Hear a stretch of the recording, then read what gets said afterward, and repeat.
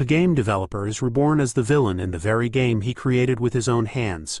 His fate is about to take a dramatic turn. Late at night, Woojin finally fixes a bug that has been frustrating him for weeks. He just finished working on the game root of a side character named Deculein von Grahan-Yukline. Deculein is one of the mid-level bosses, and a well-known villain in the game. Woojin had to fix countless errors to make sure that no matter what path the player took, Deculein would always die. Just as he wraps up his work, his ex-girlfriend walks in. She also happens to be the leader of the development team. Woojin had good memories with her, but their relationship fell apart because of their clashing personalities. He was lazy and always procrastinated, while she was a workaholic. Her ambition even helped him improve himself. But in the end, they still broke up. 6 months later, he heard she had found someone new. As she watches him work on Deculein, she casually drops a shocking fact. Deculein's character design was based on Woojin himself. Even Deculein's personality and abilities closely matched Woojin's own. Before he can react, her new boyfriend arrives to pick her up, so she leaves. Now it's almost 2 a.m., and Woojin keeps testing Deculein over and over to make sure everything works perfectly. He doesn't like the idea that Deculein resembles him. In the game's story, Deculein was called a magical genius as a child and put on a pedestal. But in reality he was just average. His arrogance and noble background made him develop an awful personality. He was so twisted that calling him human would be generous. As the game progresses, Deculein gets stronger, but he is always surrounded by people who hate him. Woojin decides to add a unique trait to Deculein, something that would set him apart. Since this villain is based on him, he adds a skill called comprehension. Not stopping there, he sneaks in a few of his favorite attributes: wealth, Midas touch, sharp eyesight, and iron will. After giving Deculein all these powerful traits, Woojin realizes he might have overdone it. Worried about breaking the game, he quickly decides to reset Deculein back to normal. The last thing he wants is another bug right before the game's release. But just as he's about to fix it, he gets a text from someone telling him to look outside. When he does, he sees a huge hole in the sky. The last thing he remembers is a bolt of lightning striking down toward him. In the next moment, he wakes up inside the game world he created. Several days have already passed since he became Deculein, a man destined to die no matter what. Just then, Deculein's sister suddenly bursts into the room and scolds him for being lazy instead of doing his job as a respected professor. She's frustrated that he's hiding in his room because of a woman. She throws a stack of documents in front of him, papers he's supposed to deal with, then leaves in an annoyed mood. Before leaving, she warns him to get serious. She won't let him ruin the family's reputation. At first, Woojin thought this was just a weird dream, but as days went by, everything felt too real to ignore. He had to accept the truth. He still doesn't know if this is some kind of afterlife, since he remembers dying from that lightning strike. Whatever the case, one thing is clear. He has now literally become the villain in the game he once created. Deculein von Grahan-Yukline, if you don't remember, let me remind you, is the mid-level boss in the game. No matter what path the player chooses, he is the main cause of problems and the final enemy for everyone. He has caused pain to countless characters. Another thing that worries Woojin is that he has no idea where he is in the story. The only thing he knows for sure is how much mana he has. But he has no clue how fast it will run out. He's not exaggerating when he says that everyone, including himself, tested the game 1,000 times during development. And this character barely survived even once. Deculein was designed to die and serve his role as a middle boss. Woojin then looks at the documents that Deculein's sister threw at him before storming out. Her name is Yahello von Grahan-Yukline, Deculein's half-sister. Right now, she's leading the Yukline family in his place. However, Deculein and Yahello don't have a normal sibling relationship. Deculein also has a fiancée named Julie. Since Yahello spoke about her in such a bad tone, Woojin assumes something must have happened between them. The document in his hand turns out to be a contract. It seems that Deculein has already signed up as a professor at Impartial University. His job is to teach basic magic and mana control. Looks like he has no choice. He'll have to go to the university and give lectures. While he has no teaching experience, this is a good chance for him to step outside and learn more about the world he's now stuck in. Suddenly, a system notification appears in front of him, blinking. It says that his main survival goal is to become important to the game. As for a side quest, he has to deliver a lecture at the university. If he completes it, he'll earn 0.5 store currency. He remembers that there are game routes where Deculein dies because of Yahello's actions. To avoid that, he decides to complete his current mission. Besides, store currency will be essential for his survival. He's not exactly sure what topic he needs to teach, but he's not too worried. After all, before he got transported into the game, he gave Deculein the skill of perfect comprehension. This ability lets him understand anything as long as he has enough mana to activate it. As he changes into formal clothes, he realizes how different this place is from where he used to live. Yet he moves around naturally, as if he has always been Deculein. Normally he would feel awkward wearing such fancy clothes, but now they feel elegant and comfortable. This is because of Deculein's traits: intimidation, dignity, and a strong sense of style. It's almost as if Deculein himself is allowing him to take full control of this body. Woojin doesn't even feel the urge to say anything rude. The strict formality that once felt stiff now feels natural. His main goal is to gather information, but as he walks to his first lecture, everything feels normal, as if he truly belongs here. He can sense himself fitting into the role of a noble, one of the elite members of society. This is completely different from the life he used to have. Kim Woojin was just an average guy from South Korea, nothing special, lazy, and even dumped by a girl. But now, as Deculein, he wants to play the part of a noble properly. As he gets into his car, he remembers that he has never been inside such a luxurious vehicle before. Thinking about fancy cars reminds him of his ex-girlfriend's new boyfriend, who had one just to show off. Suddenly, he notices a young boy sitting next to him. When the boy realizes Deculein has arrived, he hurriedly greets him and hands over some documents. Seeing this, Deculein wonders if this boy is his assistant or secretary. When Deculein asks for his name, the boy looks startled, especially since he has been working for him for 3 years. Deculein then realizes that the document isn't lecture material but a script for him to read. It contains every detail he needs for the lecture. He isn't surprised. Deculein would never prepare his own materials. He is too proud and unskilled for that, meaning this boy must have done all the work. Feeling grateful, Woojin decides to say a few words of appreciation. The boy looks shocked to receive a compliment. Even the driver seems surprised to hear his master say something nice. But Woojin immediately feels a strange reaction from Deculein's body. It's as if complimenting someone physically makes him sick. This only makes Woojin wonder how horrible of a person Deculein really was. He had felt the same sick feeling earlier when leaving the manor. It seems like Deculein's consciousness is trying to fight back against him. After a short ride, they arrive at Imperial University, a lively and busy place. Now his next task is to find Roteo Hall, as mentioned in the documents. Once they reach the lecture hall, the students are already seated. Surprisingly, they look eager to attend Professor Deculein's lecture. People say Deculein is a master at understanding spells, a skill that made him a child prodigy when he was young. When he finally arrives in class, he gets everyone's attention and introduces himself as Deculein von Grahan-Yukline. He is the head professor of the Magic Tower at the university and will be leading this class. After the introduction, he starts his lecture. The female students can't take their eyes off him. They admire his good looks and strong presence. But one girl in the class does not feel the same way. To her, Deculein is nothing but an enemy. Someone she hates with all her heart. Her hatred comes from the past. Almost 3 years ago, her father took his own life. He had spent years researching spell interpretation. But one day someone stole his work. Devastated, he lost all hope and ended his life. The person who took everything from him was none other than Deculein, the so-called genius of spell interpretation. After losing her father, she was helpless. She lost her home, her family's land, and everything else. Left with nothing, she became an orphan. But she did not give up. She swore to take revenge on Deculein. To do that, she worked hard and got into the Empire's Royal University, where Deculein teaches.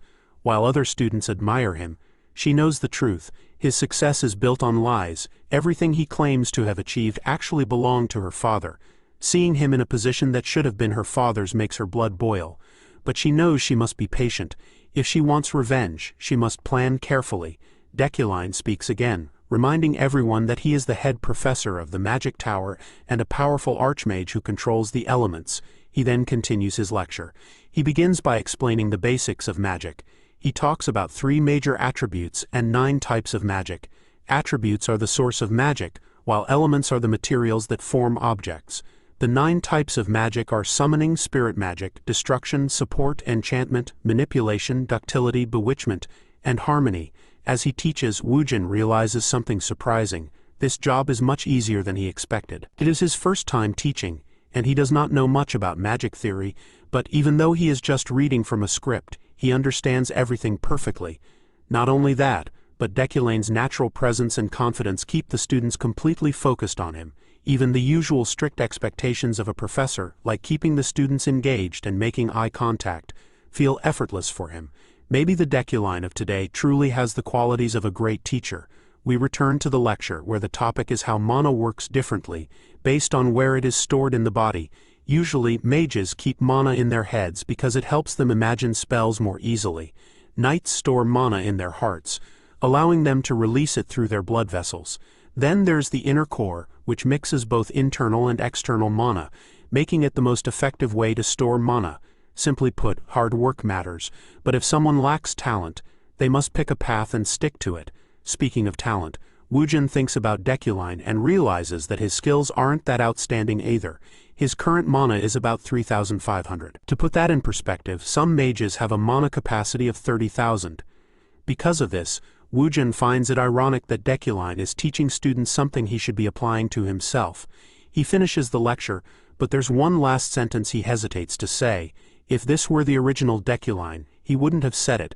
That sentence is, "Does anyone have any questions?" The students seem to have paid close attention, and no one appears to have any doubts about the lesson. Deculein feels relieved that no one speaks up, but just as he thinks he's in the clear, a student who holds a grudge against him stands up. She brings up something that happened the night before.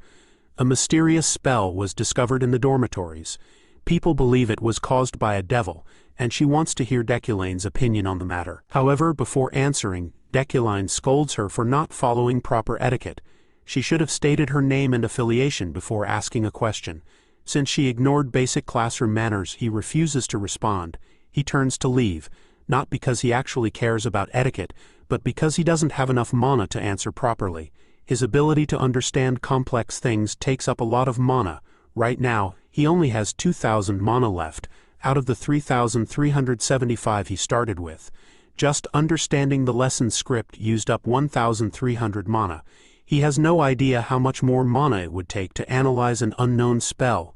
Meanwhile, the other students quietly laugh at the girl, thinking she just embarrassed herself by trying to get the professor's attention. She feels humiliated by Deculain's words, but she refuses to back down. She insists on getting an answer. She explains that the magic tower refuses to investigate the situation, calling it a mere rumor. However, she believes that if Professor Deculein looks into it, he might figure out what kind of magic was used. She then casts a spell and asks Deculein to interpret it. Left with no choice, Deculein analyzes the spell, which immediately costs him around 1,700 mana. The girl reveals that other debutantes in the dormitory have tried to study it, but they couldn't find any clues. Now she hopes Deculein can at least take a quick look at it. Without hesitation, Deculein says it's barrier magic, and his quick response surprises her. He explains further that it's a bewitchment-type barrier spell, meaning the person who cast it wanted to trap everyone in the dormitory. After answering her question, he tells her to stop asking more since the side quest is already finished. Then he collects the reward currency he was promised. The scene shifts to the university's Magic Tower cafeteria, where a girl is eating without caring about table manners. Her name is Ephraim. She had asked the question earlier to prove that Deculain's spell interpretation skills were fake, but instead she embarrassed herself. The humiliation was unbearable. Even now, she still believes that Deculein didn't actually know what he was talking about, and just said whatever came to mind. You see, bewitchment magic is extremely complex, and most spells need specific conditions. So, for Deculein to call it a bewitchment spell without mentioning any conditions seems ridiculous. What Ephraim showed him was an exact copy of the unknown magic circle that had appeared on the dormitory's front door last night. At first, everyone was shocked by the mysterious spell, but soon it became something the new students studied. Because of that, she was sure Deculein was just making things up when he said it was a bewitchment spell. But then one of her friends rushes over and tells her that the magic circle on the dormitory's front door was in fact a barrier spell. They figured it out after doing research together. That means Professor Deculein was actually right. Ephraim is in total disbelief.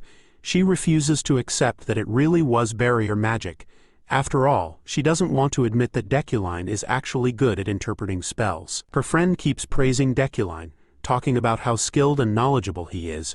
Before leaving, she even thanks Ephraim for asking the professor about the spell, since no one else had the courage to do it. Even so, Ephraim isn't convinced. She thinks Deculein just got lucky with his answer. What annoys her even more is that instead of exposing him, she accidentally made him look even better.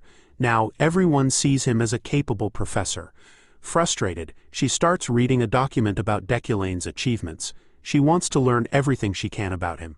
After all, there's a famous saying, "If you know your enemy and yourself, you will never be defeated." She makes up her mind.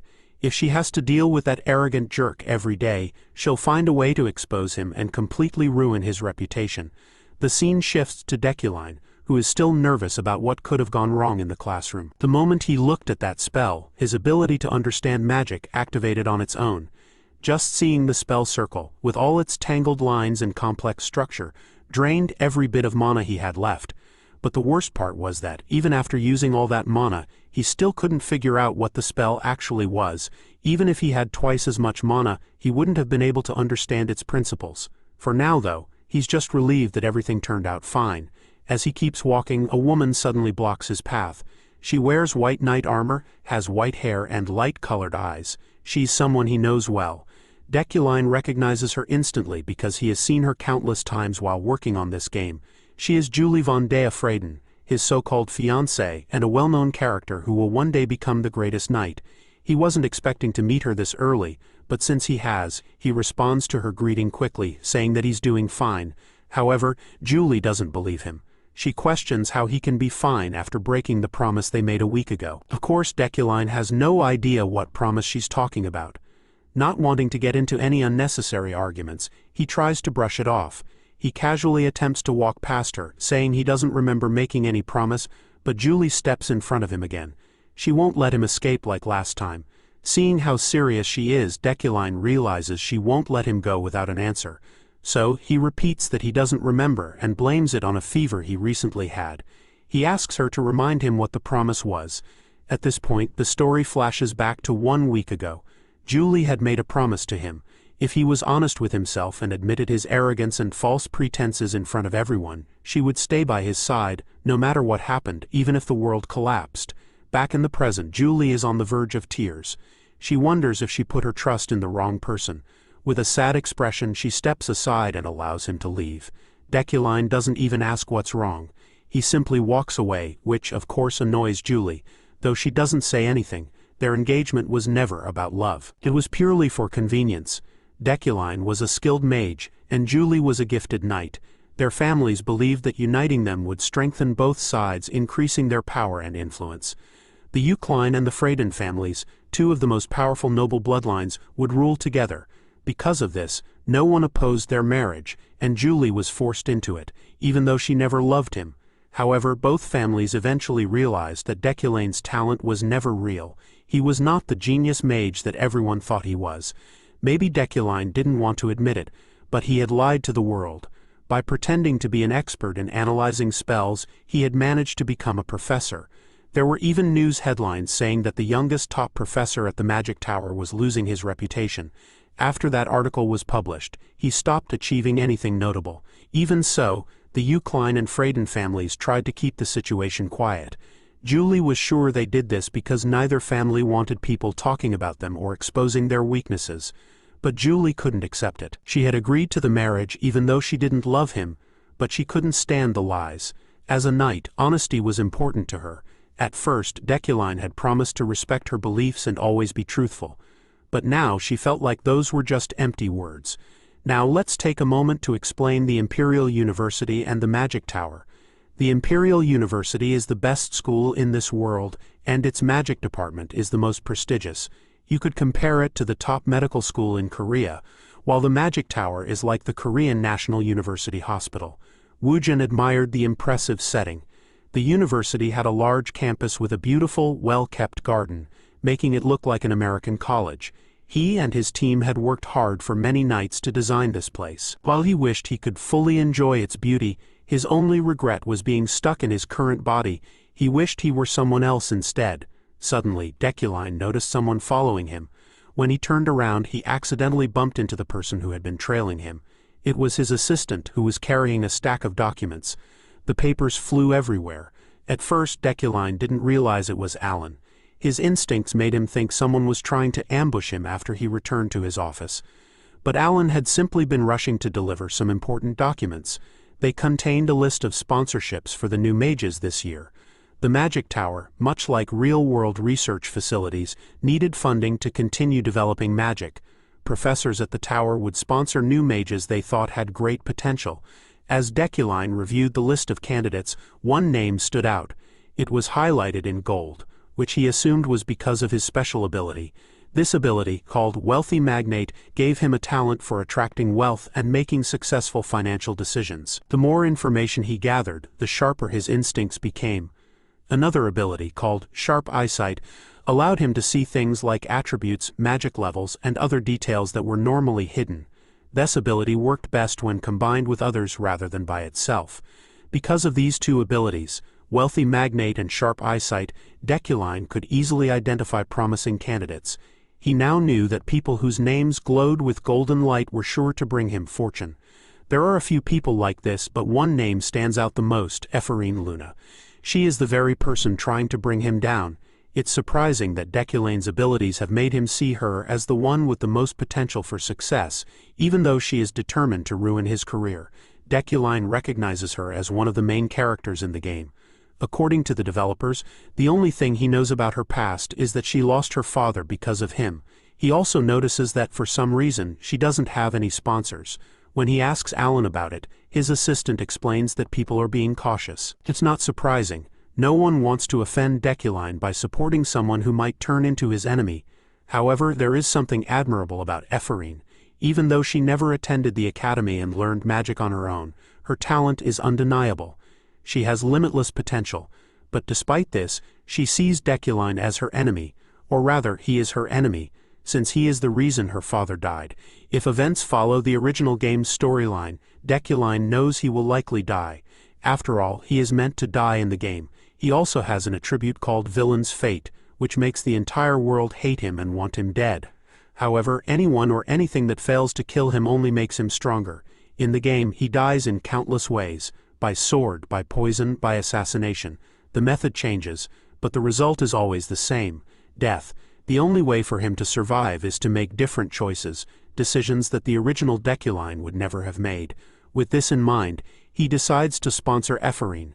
After signing the documents, he tells Alan to submit them. He also asks him to borrow some books, which he plans to mention later. As he sits alone, Deculein thinks about how much money he needs to survive.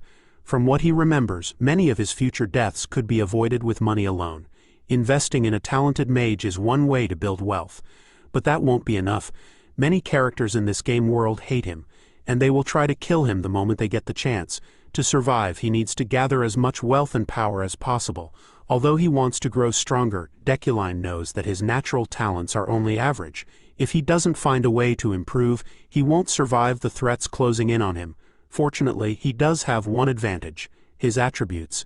Deculein can't control all four elements as he claims, but he does have potential in earth and fire magic. When combined with metal, these elements form his unique attribute, Midas Touch. This ability allows him to use his mana to unlock hidden potential in a target. His skill in controlling metal also lets him use key-controlled levitating blades.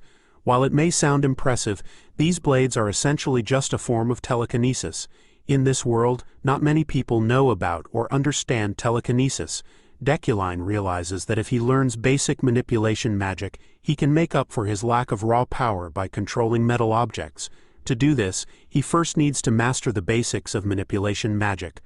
So, he decides to test his abilities. As soon as he activates his comprehension skill, he absorbs all the concepts and spells related to basic telekinesis from the book. Once he has taken in the knowledge, he tests his new ability on a pen. The pen immediately floats into the air. Because of his memorization attribute, Deculein can use telekinesis without saying a spell. Even though the telekinesis he just learned is only at a beginner level, it is already quite strong. He can't even imagine how powerful it will be once he learns more advanced techniques. Next, Deculein starts thinking about how to use magic circles. He considers engraving one across his entire body. In this world, the bigger a magic circle is, the stronger it becomes. So he decides to first understand his own body, not just his brain, but also his heart and inner core, by using his comprehend skill. Then he will engrave magic circles all over his body to strengthen his telekinesis. However, this process carries risks. His body could become overloaded or suffer negative effects, but Deculein has an attribute called Iron Man, which gives him incredible physical abilities. He believes that his body is strong enough to endure any side effects. As soon as he starts engraving the magic circle onto his body, unbearable pain spreads throughout him. It feels like every bone is breaking and every muscle is being torn apart. But no matter how painful it is, Deculein does not waver. He does not even let out a groan. After all, as a noble, he must maintain his dignity. Finally, the process ends. Unfortunately, after going through so much pain, Deculein fails because he does not have enough mana, only 1 point. However, his effort is not completely wasted. He has successfully engraved a magic circle on his shoulder. At this pace, it will take about 2 weeks to cover his entire body. A month later, after Deculein's seminar, the first day of lectures at the University Magic Tower arrives. The students gather in a remote area waiting for their first lesson. A notice board nearby contains a message from the professor. The professor wants to test their abilities, so the students must prove themselves by performing magic on their own in a place filled with natural elements. The students are shocked that their teacher is leaving them to study by themselves. The most frustrated student is Ephorine. As she grumbles under her breath, a girl walks past and deliberately bumps into her. Already annoyed, Ephorine turns to confront the girl, but when she sees who it is, her face twists in shock. Standing before her is none other than Sylvia von Josephine Allard. The two girls make eye contact for a moment, but Sylvia just walks away as if she doesn't even know Ephorine. She completely ignores her. Later, while Ephorine is busy with a task, she can't stop thinking about their encounter. She is sure that Sylvia belongs to House Allard. About 10 years ago, the Ides, afraid of Air's power, surrounded their manor with soldiers and threatened them. So Ephorine can't understand why Sylvia doesn't recognize her.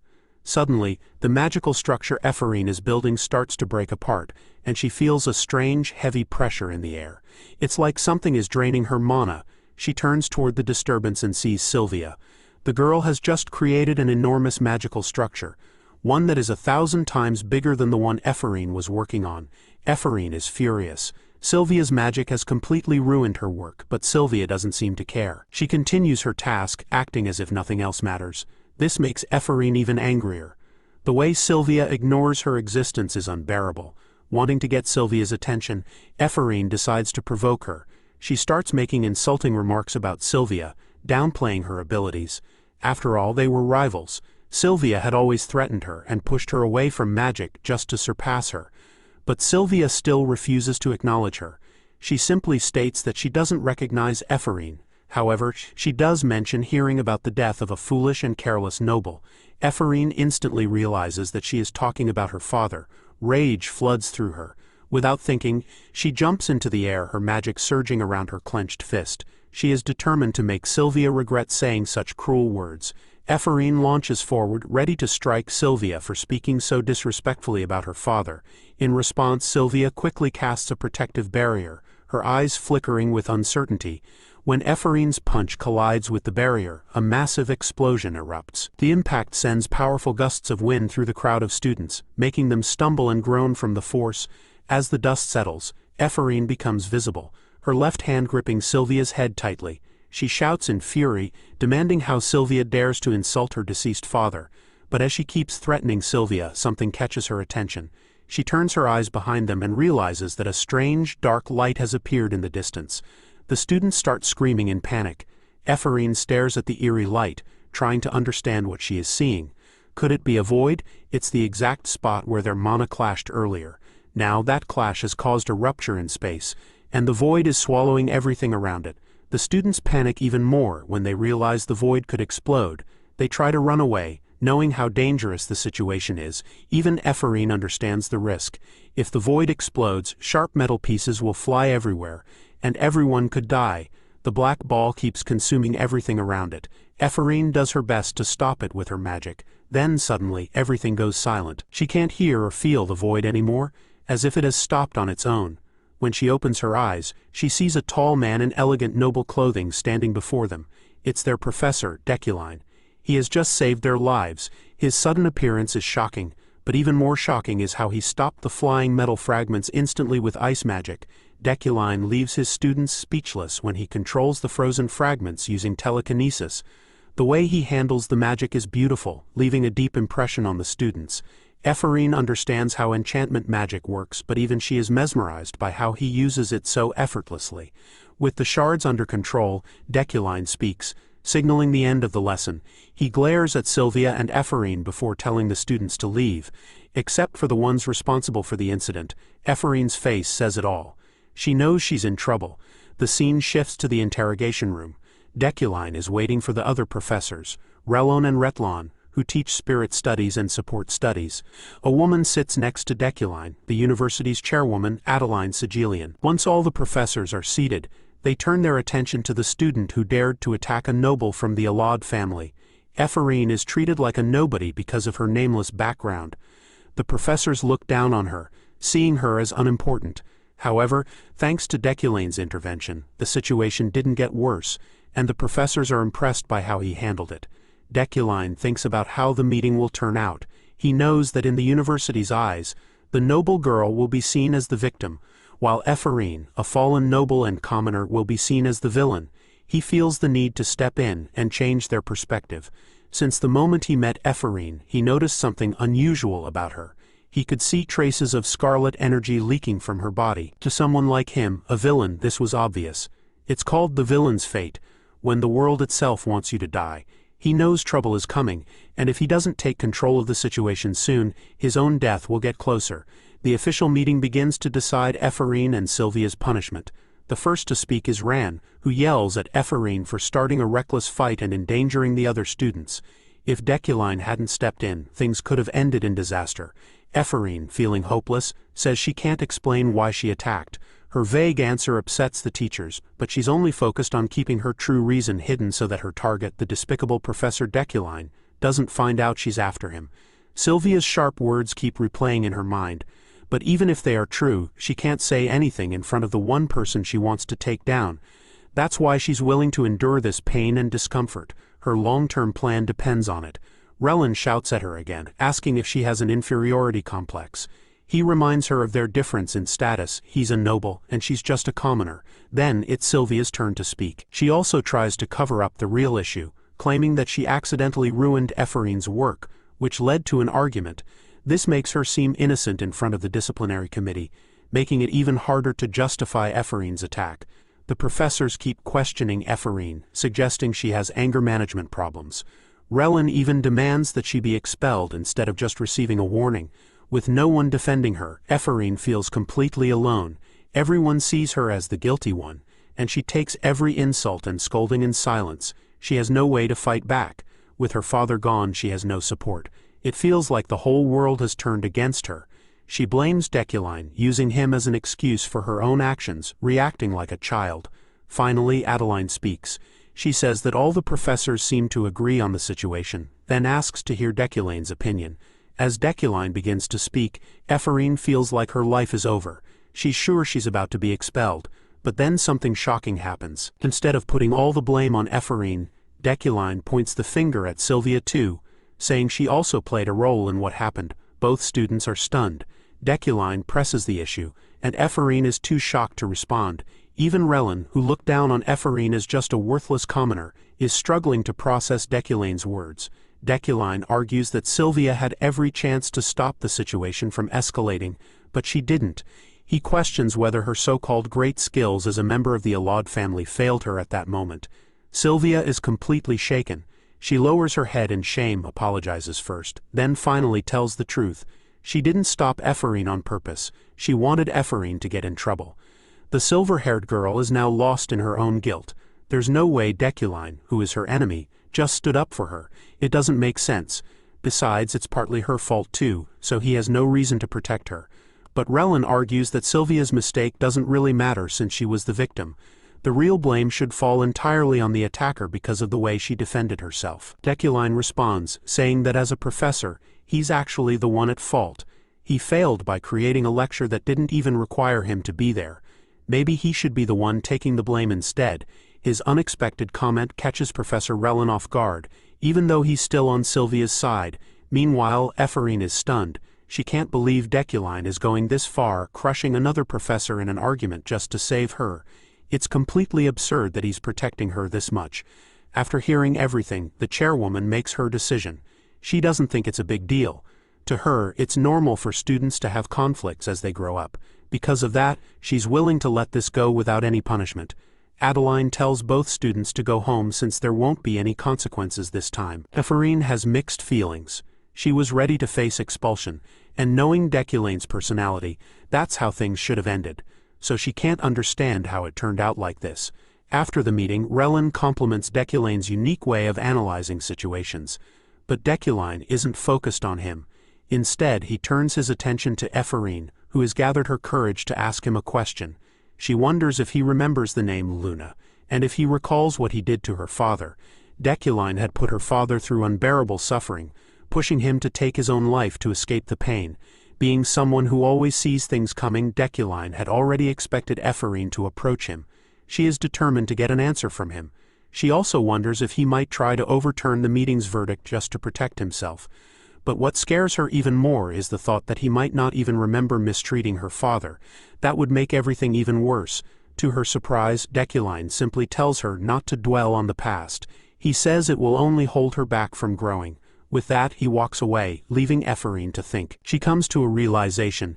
He must remember her father. If he didn't, he wouldn't have helped her just now. She starts to believe that maybe he feels responsible for what happened, which is why he stepped in to protect her. Ephorine mistakes his actions for pity, but the thought makes her happy. At least, the professor hasn't forgotten what he did. As long as that's true, she can accept the situation. With Ephorine's case settled, Deculein unknowingly earns 2 points in his efforts to avoid death. In the next scene, Sylvia explains everything to her father, Gilthian von Ludwig-Alad, the head of the Alad family and an Esper mage. He acknowledges that Ephorine Luna, a talented student, already lost her chance to become a great mage 10 years ago during the aptitude exam. That was the first time the two girls met. During that exam, the madamada went wild in their presence, predicting their incredible potential to become future archmages. These two girls just stared at each other, confused and unable to understand all the words they had just heard. To show how powerful an archmage truly is, they are ranked as beings that even emperors cannot threaten. Very few people ever reach this level, and their names are remembered forever in history. According to tradition, 3 people become archmages in each era, no matter their specialty. This rule has never changed. Right now, besides Demerkin, there are 2 empty spots for the archmages of this era. Adeline is already a candidate for the position, which means only 1 seat remains. In the past, the Alad and Luna families stood against each other, and now they are competing for that last seat. Sylvia's father is determined to make sure his daughter wins the title, no matter what. He even went as far as threatening Ephorine's father to stop him from enrolling his daughter in the academy. Sylvia knows that the only reason her family used their power to suppress the Luna family was so she could claim the title of Archmage. They were willing to do anything to make that happen. However, it is also her personal goal, and something she believes is her destiny. That's why Ephorine's words from before hurt her so much. She just considers it bad luck. While Gilthian isn't too concerned about Sylvia's rival, he is more worried about Professor Deculein. He thinks Deculein is just a normal man who happened to be a genius when he was young. Because of that, there's no telling if he might suddenly rise in power and become an unexpected threat. But this isn't new information to Sylvia. She had already sensed his potential the moment he saw through her trap. During the explosion, it was true that Sylvia erased Ephorine's mana. However, she also set up a hidden trap, making the void appear as a result of their attacks clashing. This way, the incident would cause even more problems and put Ephorine in a difficult position. Deculein had glared at them back then because he immediately understood the trap. Even though Sylvia had been careful to avoid anyone noticing, Deculein had figured it all out. Still, instead of exposing them, he offered a third option, a compromise.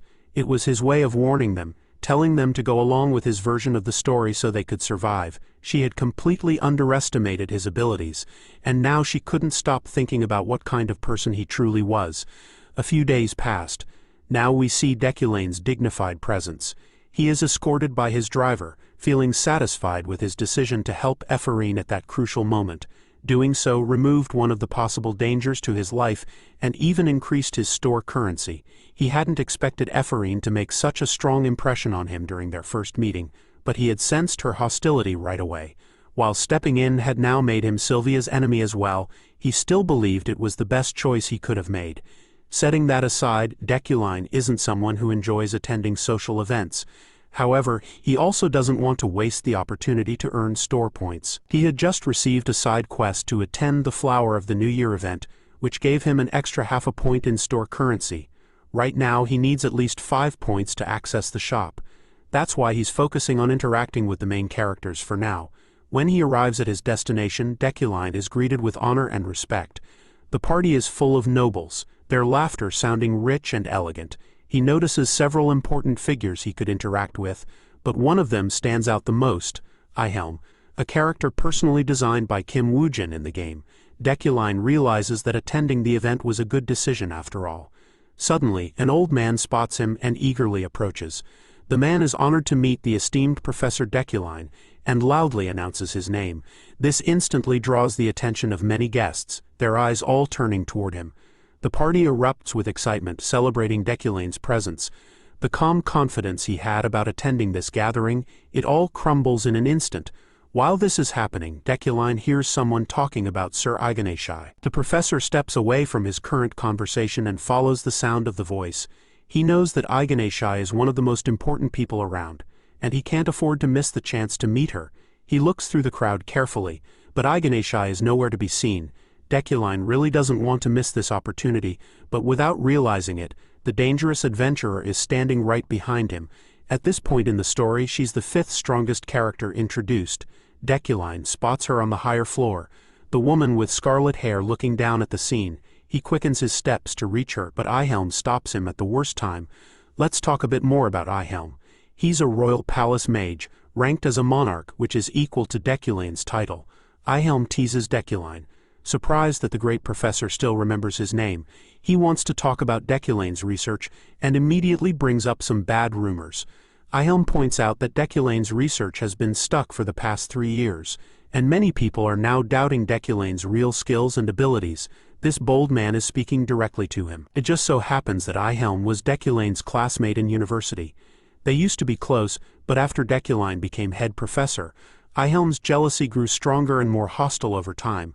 Though the original character might have been upset by Yahello's rude comments, Deculein stays calm and doesn't let his emotions take over. Also, since the rumors are true, he's not bothered by them. Deculein suddenly notices that Yahello is no longer where she was. He really wanted to achieve one goal for the day, but now it's ruined because of this loudmouth who still keeps talking. Annoyed, Deculein walks past him and mutters a curse, calling him a piece of rotten cheese. I like that insult so much that I'll start using it as his nickname from now on. Rotten Cheese is left, confused by the comment. The calm professor says nothing else, and quickly moves on to find Yahello, worried that she might leave before he can speak with her. His plan is falling apart. His sudden departure from the event makes a lot of people wonder where he went. Deculein really wanted to deal with Rotten Cheese right then and there, but he couldn't because of the people around them. To his surprise, Yahello calls his name. She's standing right next to him. She asks if he was looking for her. It's true that Deculein found her unexpectedly, having escaped from the fools at the event. Still, her reaction makes him wonder if they've met before. The Scarlet Adventurer laughs when he admits he just got lost. Yahello calls him out on his little lie, knowing he was looking for her. She apologizes for messing up their earlier mission and asks him to forget about it. Now it's clear that they have worked together before, on commissions. The adventurer apologizes again for failing to recruit a talented child under his care. It was her personal attachment that ruined the mission because she refused to give the child to him. Now Deculein is curious about what's going on and starts to understand his own actions. He had planned to use a talented child to do the research for him and keep his reputation intact. Yahello then asks him a question. She gently asks how long he plans to keep pretending and stay the way he is. Her careful choice of words makes him think. It's true that before Deculane's body was taken over he had a violent character, making many enemies and losing the trust of the people around him. He even hurt others for his own fame. But now, the current Deculein has made a decision. He's going to live a different life. This surprises Iganesha. She expected him to get angry and attack her for what she said. Since she had acted recklessly and made her own choices during the mission, Kim Woojin, who is inside Deculane's body, is also shocked. This professor is bold enough to try attacking one of the strongest people around at that time.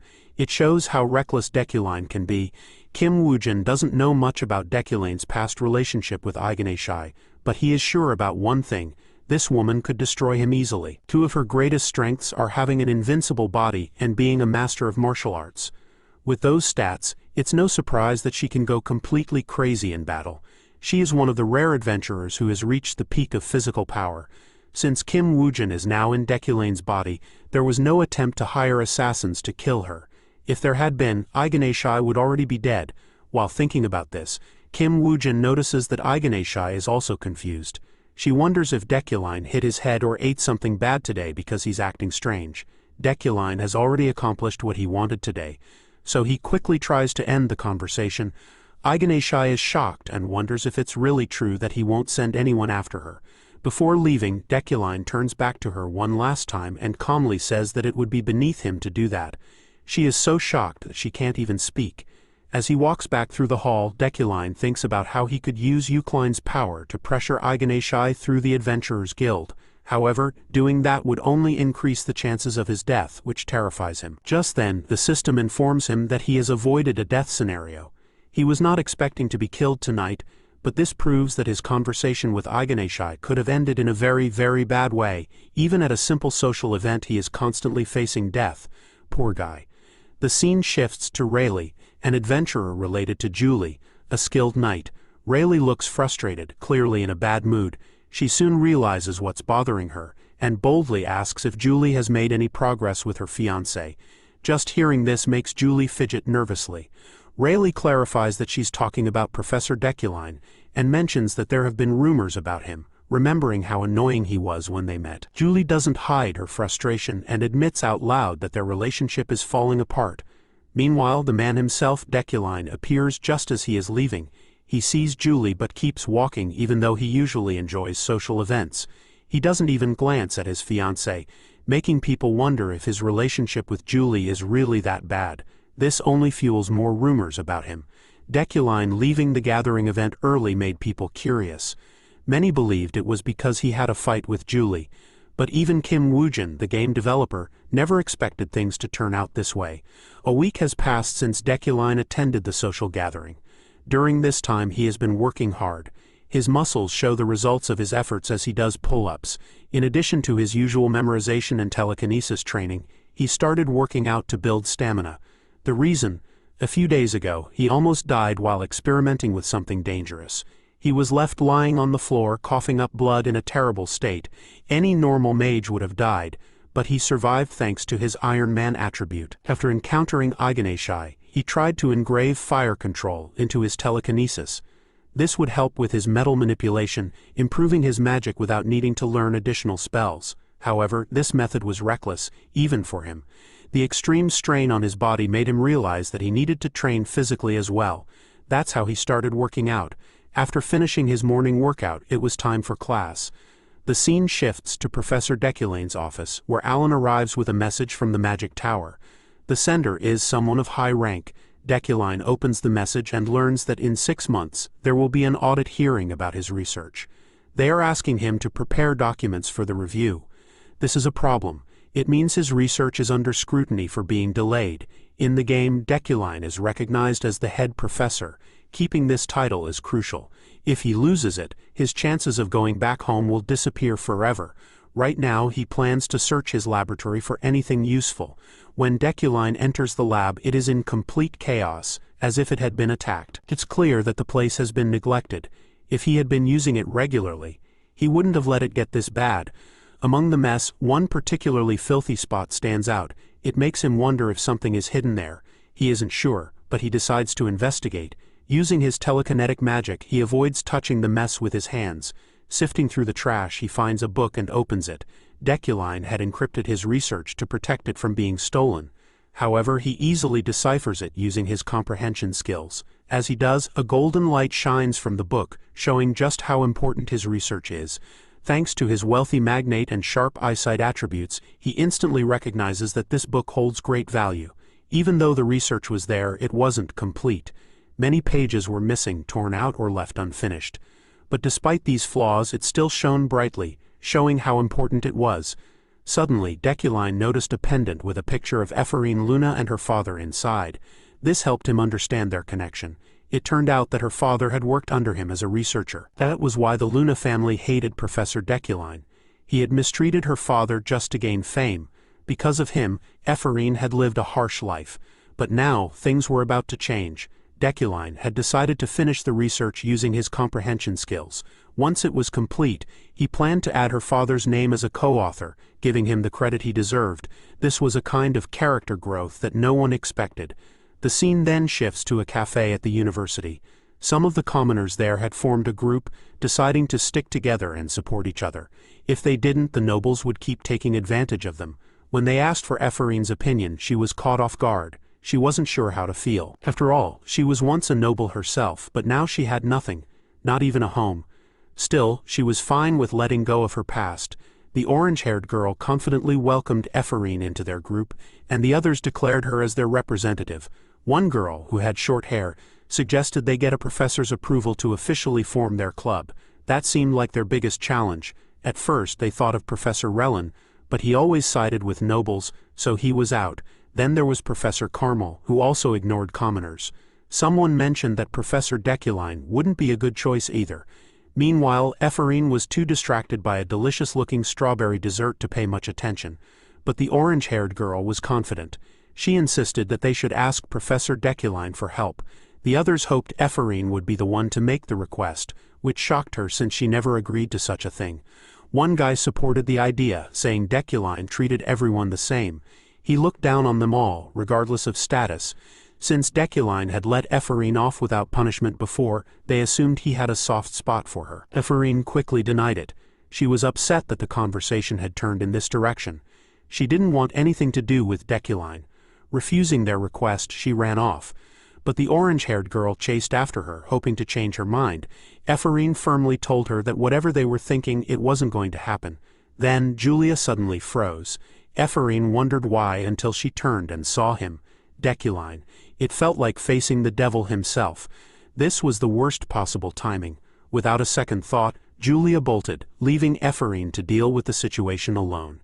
Ephorine stands there, unsure of what to say as the professor is already walking away. After hesitating, she finally speaks up to get his attention. She asks for his approval to create a club, knowing that it requires his permission. Even though she feels embarrassed, she gathers the courage to make the request. She worries because he usually doesn't approve requests from commoners. Julia's idea may have been silly, but in the end it made sense. Ephorine thinks they should at least give it a try and see what happens. To her surprise, Deculein takes the letter and signs it without hesitation. He even asks for a note with more details to be sent to his office. Stunned, Ephorine takes the signed paper back, unable to believe that he actually approved it. She can't figure out his personality at all. Julia excitedly rushes over, thrilled that Ephorine managed to get his signature. Meanwhile, Ephorine wonders why Deculein is doing this. He's being unusually kind to her for no clear reason. Later in the lecture, Deculein teaches about elements, which are the foundation of magic. However, many mages still don't understand the difference between categorical and pure elements. As he speaks, Ephorine finds herself lost in thought. She doesn't know if the professor's actions come from guilt or sympathy. This is the man who pushed her father to his grave, and no matter how kind he seems now, it all feels fake to her. She thinks that if he really feels guilty, he should stop pretending and tell the truth to the world. Seeing her fidgeting with frustration, Julia asks if she's okay, snapping her out of her thoughts. Julia assumes she's annoyed by the students sitting across from them. Ephorine is confused at first, but then realizes it's the nobles, including Sylvia, who already dislike her. After what she did the other day, she became an enemy to the noble families. She tells Julia it's fine and that she just wants to focus on the lecture. As Deculein continues teaching, he explains the importance of magic circles, However, Ephraim remembers that his lectures used to be different. Now he clearly and skillfully explains how each spell changes when strokes are added to the magic circle. He then introduces today's main topic, something he calls flowing fire. Ephraim is right. Deculain's lectures used to be more about showing off his skills and authority as a professor, but the lessons he gives now, as Kim Woojin, are different. They reveal the beauty of magic and its deeper meaning. The students are shocked, even Sylvia, who had lost her childlike curiosity for magic because of her natural talent as a mage. Deculein continues to show the students the magic circle that controls water. When combined with the fire circle, it creates a unique effect. The purple magic circle grabs everyone's attention, making the fire flow like water. The students are amazed and excited. Sylvia, in particular, is shocked by how deep his lectures go. Usually, genius mages rely on their natural talent and intuition to cast spells. They don't care much about theory. If all mages focused on theory, then magic would be something everyone could learn the same way. It's true that spending too much time on theory can take away from actually practicing magic. Studying theories often makes learning harder. That's the strange paradox. True geniuses have incredible intuition, yet even the most talented mages can't explain where their intuition comes from. Given Deculain's reputation as a genius professor, surrounded by rumors, it surprises Sylvia that he insists on teaching theory despite his high status. When the lecture ends, Ephraim is left with a new opinion of him. She never expected the professor to be so good that she would be completely drawn in. But just as she's processing everything, she hears insults coming from outside the door. She immediately knows it's the annoying nobles who want to bully her. Ever since her conflict with Sylvia, things have only gotten worse. To her surprise, she notices a sponsorship certificate under her door. Her first thought is that it must be a prank. There's no way she got sponsored when everyone in House Alad hates her, but she still takes the document with her, thinking she can at least use it in a report. When she arrives at the Magical Administration office, she finds out the certificate is real. The receptionist confirms the seal, making her body jolt in shock. Ephraim's face lights up with joy. She can't contain her happiness. She even tugs at her own face, wondering if this is some kind of cruel dream. Then, feeling self-conscious, she nervously checks her surroundings, afraid that someone might have seen her reaction. She ducks under a table, terrified that people will find out she now owns 100,000 elm, an amount equal to 100 million won. She's so overwhelmed that she starts packing her things, thinking she needs to escape before something goes wrong. Even the staff members seem suspicious and give her curious looks. She panics so much that she ends up hitting her head on the table. That's when it finally sinks in. This isn't a dream. The whole situation feels absurd, and tears start to well up in her eyes. After being ignored for so long, her talents have finally been recognized. This fills her with new hope and determination to work harder for her future. Deculain's half-sister finds out that he's heading to the Shatsajul auction. She gets really frustrated, remembering that he wasted 10 million elm just last year. She worries about how much money he's going to throw away this time. At the auction site, Deculein is looking for something valuable to buy. When he first started using telekinesis magic, he realized he needed a special kind of metal to make up for his weak abilities. Before, he had made a temporary fix using wood steel, but today he's here for the real deal. That's why he's waiting in the VIP room. While waiting, he notices someone familiar, his fiancée. He didn't expect to see her here. She sees him too, stands up angrily and walks toward him. Julie, the knight, is clearly irritated by his presence. It's like a girlfriend getting mad at her boyfriend for ignoring her. Julie brings up the incident with Sylvia and Ephraim, whom Deculein had detained to be judged by the committee. Since that happened a while ago, Deculein wonders why she's bringing it up now. He asks if she's planning to blame him for it. Julie, keeping a serious expression, criticizes him for crushing the dreams of young students with his harsh attitude. She strongly warns him not to repeat his past mistakes. Then she adds that this is her final piece of advice for him, implying that she's ready to break off their engagement. Deculein stays calm and understands her intention to end their relationship. But in truth, he actually prefers things this way. Even though Julie is beautiful, he never planned to marry someone over something so trivial, not even in a fake life. Plus, she's a walking red flag, full of dangerous possibilities that could lead to his death. If they were to marry, he might not even survive the wedding day. He stays silent as she turns to leave, but he wonders why she came here since she's not the type to attend auctions. Deciding to mess with her, he asks if she came all this way just to pick a fight with him. Julie, embarrassed, quickly denies it and says she's here looking for something. Deculein tells her to calm down since she went from zero to furious in an instant. She pouts in annoyance. As she walks away, Deculein finds himself thinking that her expression is kind of cute, for the first time ever. But right when he was reasoning how dangerous it would be to have her around, he suddenly feels a sharp, unexpected emotion. It's as if Kim Woojin is slowly being influenced by Deculein's emotions. Up until now, he had kept his personality under control. Just then, an announcement is made for all the visitors of the auction house. The auction is about to start. Deculein pushes away any unnecessary thoughts. Thinking it's just his body reacting, he focuses back on the auction. He waits patiently as the first item is revealed. A special vase made by a famous craftsman from the East. The vase is so extraordinary that golden light shines from it. The same kind of light he studied in his research papers. This glow proves to him that he must buy it. The auctioneer takes bids from several people until Deculein offers the highest bid, 2.5 million elm. The vase is immediately sold to him. The reason he buys it isn't just for the vase itself, but because it holds more value than the money spent. He isn't worried about the price since his mega bank account is more than full. Deculein continues to buy several valuable items, including a special ring, a pair of unique scissors, and a rune necklace. Even after all that, he confidently bids 5.5 million on another item. The people in the auction house are shocked by how much he is spending. His fiancée, however, sees him as an attention seeker with nothing better to do. She believes they are too different. He throws away money so easily without a real reason. Still, she has her own goal in coming here. She wants to buy Winter's Fire for herself.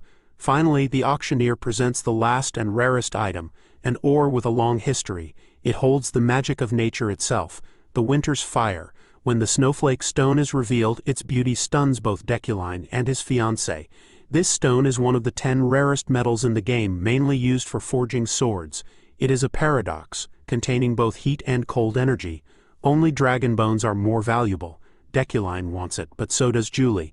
The bidding rises quickly, reaching 30 million elm. Julie is confident she will win, and smiles in excitement. But just then, someone interrupts with a bid of 31 million, stealing her moment. She glares at Deculein, annoyed and frustrated. She doesn't want him interfering with the one item she came for. She raises her bid to 32 million, and Deculein immediately counters with 33 million. People are surprised that Deculein is interested in a sword-forging stone. They wonder if he is buying it as a gift for Julie. They assume that must be why he is stopping her from getting it. Suddenly, Deculein realizes he is competing against Julie. This confirms her personal desire to own the snowflake stone. If he wins, she will hate him forever. But he still wants it. This is the first time in 3 years the stone has appeared for sale. It's a risky move, but he is willing to take the gamble. The bidding war between them continues until the price reaches 42 million elm. At this amount, the auctioneer declares Deculein the winner. The crowd claps, entertained by the intense battle. But when you think about it, all they did was throw around money.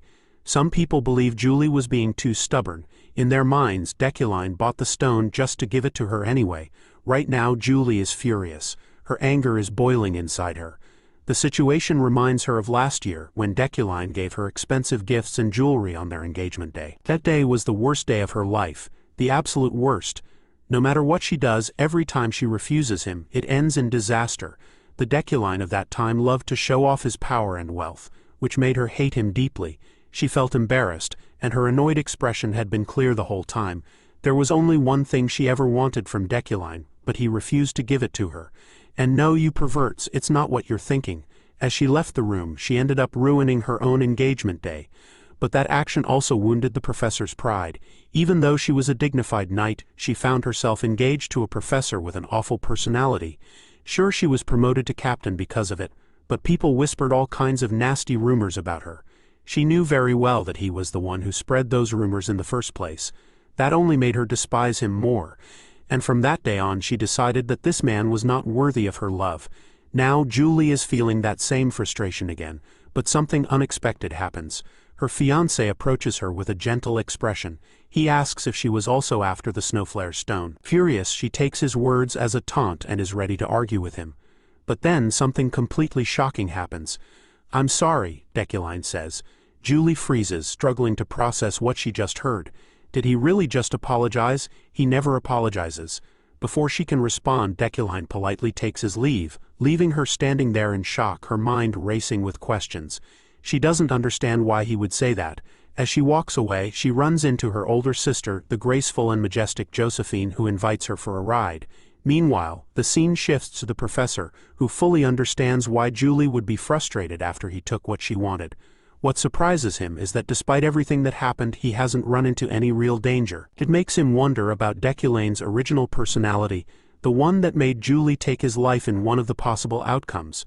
When he returns home, his maids greet him, but they seem upset about something. The moment they mention Yahello's visit, Deculein freezes. His half-sister suddenly appears behind him, confronting him about his reckless spending. She had planned to invest in mines, but instead he wasted a huge amount of money at an auction. Trying to calm the situation, he tells her that he bought something that will bring them back more money, with extra profit on top. But Yahello is furious.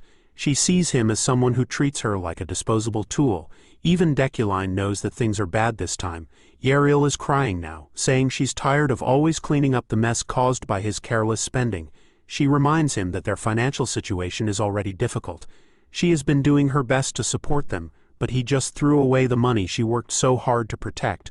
Her energy shifts, her aura turning a dangerous shade of red, and her voice becomes cold and serious. To her, he is nothing more than a reckless gambler who wasted the estate's rightful fortune. Deculein senses danger from his sister's powerful and threatening aura. His villain's fate ability activates when he faces danger, meaning he's close to a life-or-death situation. A golden light shines from her aura, helping him understand the situation. If he does nothing, he will die. But if he takes action, he could gain great benefits. It's a hidden opportunity within a disaster. Deculein knows exactly how to handle this. He tells Yahello not to worry, which is the worst thing to say after what she just told him. Furious, she yells at him, listing every hardship she faced and every struggle she endured for her ungrateful brother. Deculein calmly responds, saying she didn't have to go through all of that again. Yahello points out that he was the reason they lost so much money after their parents' deaths, especially the fact that he wasted 150 million in a single day. To shut her up, Deculein shocks her with a sudden announcement. He's ready to hand over the position of head of the family to her. Yahello freezes, unable to process what he just said. Deculein repeats himself, confirming he means it.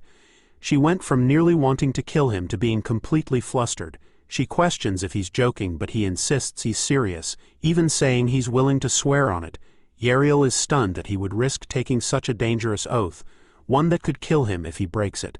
She wonders if he hit his head on the way here. Deculein doesn't care if she doesn't believe him. Yahello eventually accepts, though she warns that if he dares to go back on his word, she'll make sure he regrets it. With that, she immediately leaves to fix his latest mess.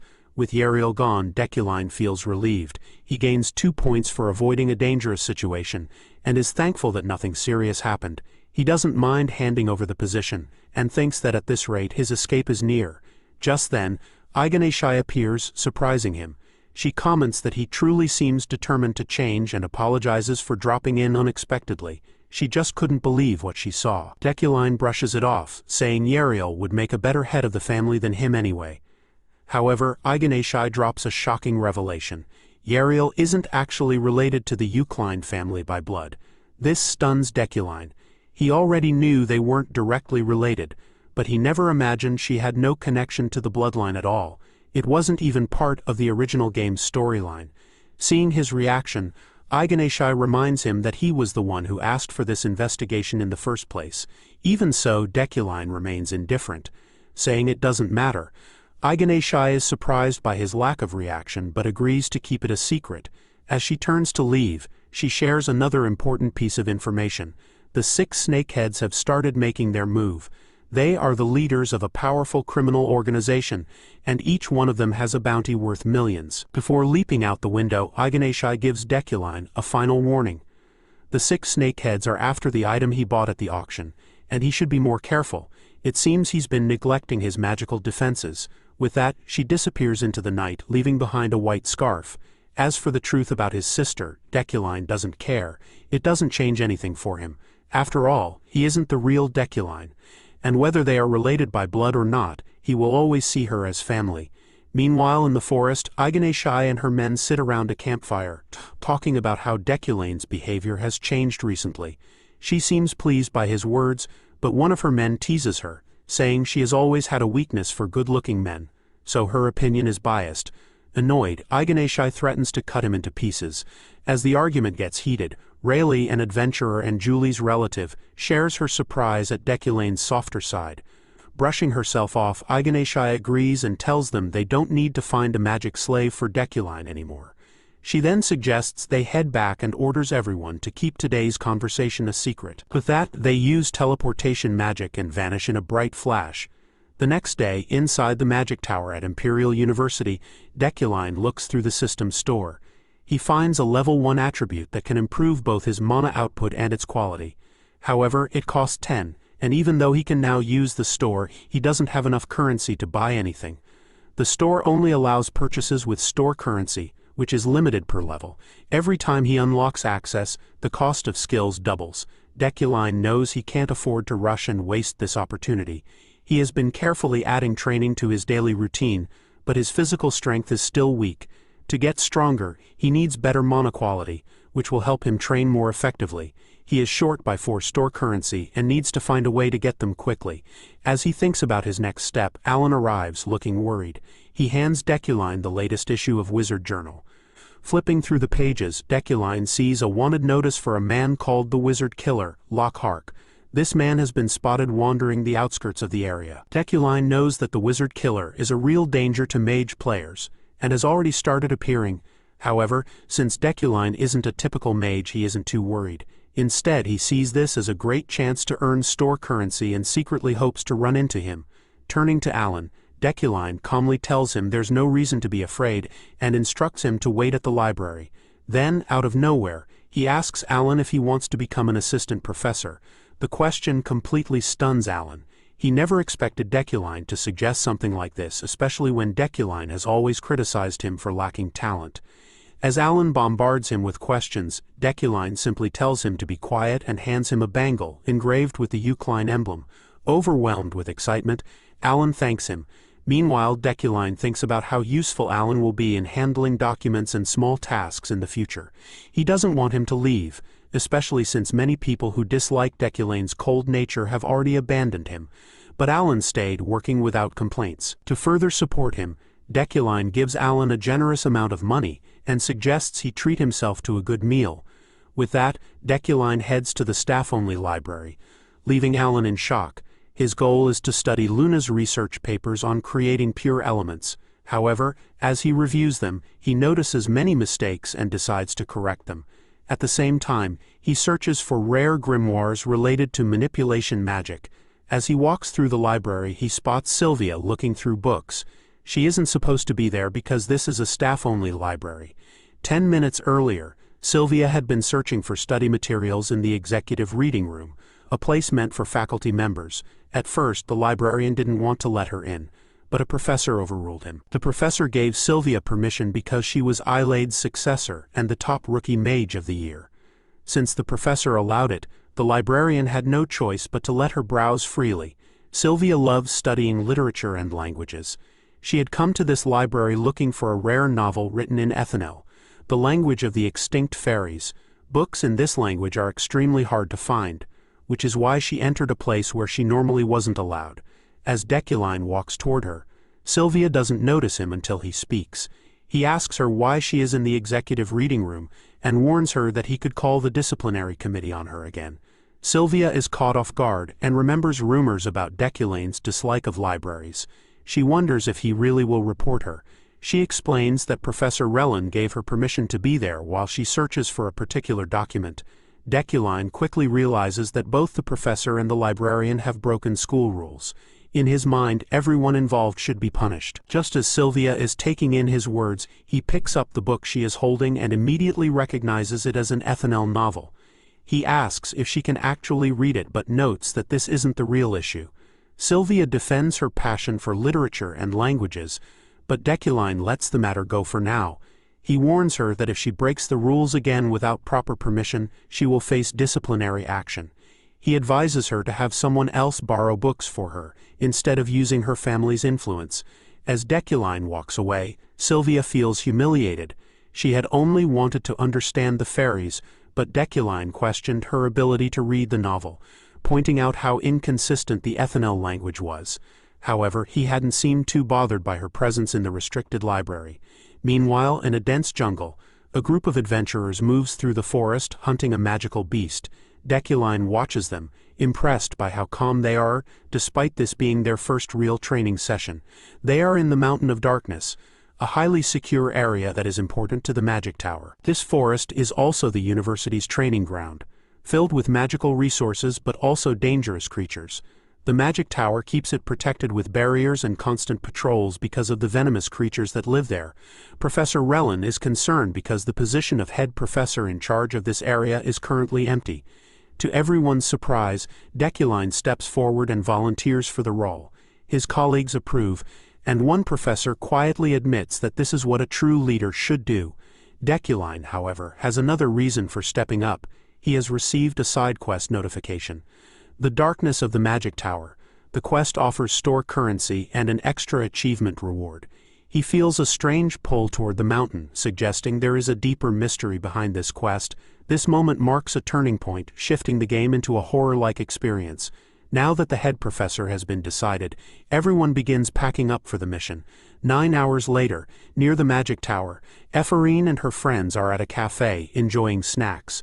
They are celebrating because Ephorine has just reached 100,000 elm. Excited, she happily offers to treat her friends. The conversation shifts to the upcoming approval of their club and their plans for the first meeting.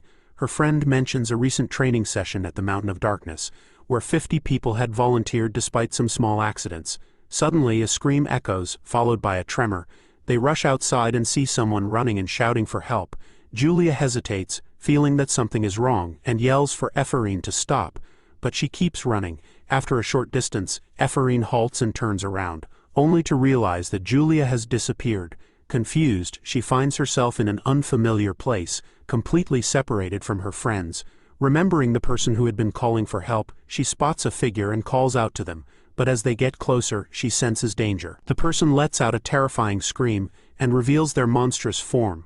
Now certain she is under attack, Ephorine prepares to fight.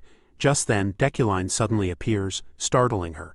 She immediately accuses him of harming the woman and questions his authority to attack a civilian. However, Deculein remains calm and tells her to look more closely. As the illusion fades, it becomes clear that the figure is not a human but a demon. He explains that Sylvia had been trapped in an illusion spell, a common trick used by demons.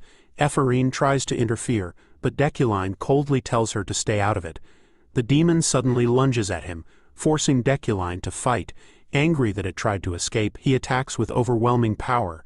Observing the creature, he realizes that its main ability is illusion magic and notices a glowing core on its forehead. Thanks to his natural resistance to mental attacks, the demon's illusions have no effect on him. Deculein's rage rises, fueled by his Yukline bloodline, known for its exceptional strength in hunting demons. This ancient power purifies nearby mana, strengthens it, and increases the user's aggression. The legacy of the Yukline family, feared for their relentless hunt of demons, awakens within him. Fully embracing his instincts, Deculein vows to destroy the creature. The demon roars and charges at him with full force. Meanwhile, Deculein completes a side quest, earning store currency and officially defeating his first demon while unlocking the Yukline attribute. He calls the creature filthy before finishing it off. However, when he looks closely at its body, he is shaken. A realization hits him. The demon's appearance is not random. It proves that the game's world is continuing to progress, even without a player. The next day at the university, Ephorine wakes up in a panic, screaming as she finds herself in a hospital bed. A nurse beside her asks if she is awake. Ephorine vaguely remembers being in the forest but struggles to recall the details. The nurse tells her that a demon had appeared at the Mountain of Darkness, and that she was caught in its illusion, causing her to pass out. She was found and brought to safety. To her frustration, she learns that the person who saved her was none other than Professor Deculein. Looking at the clock, she asks what day it is. The nurse surprises her by saying she has been unconscious for 36 hours. It's already Wednesday, which means she's late. Seeing her two friends, Ephorine rushes to class and barely makes it in time.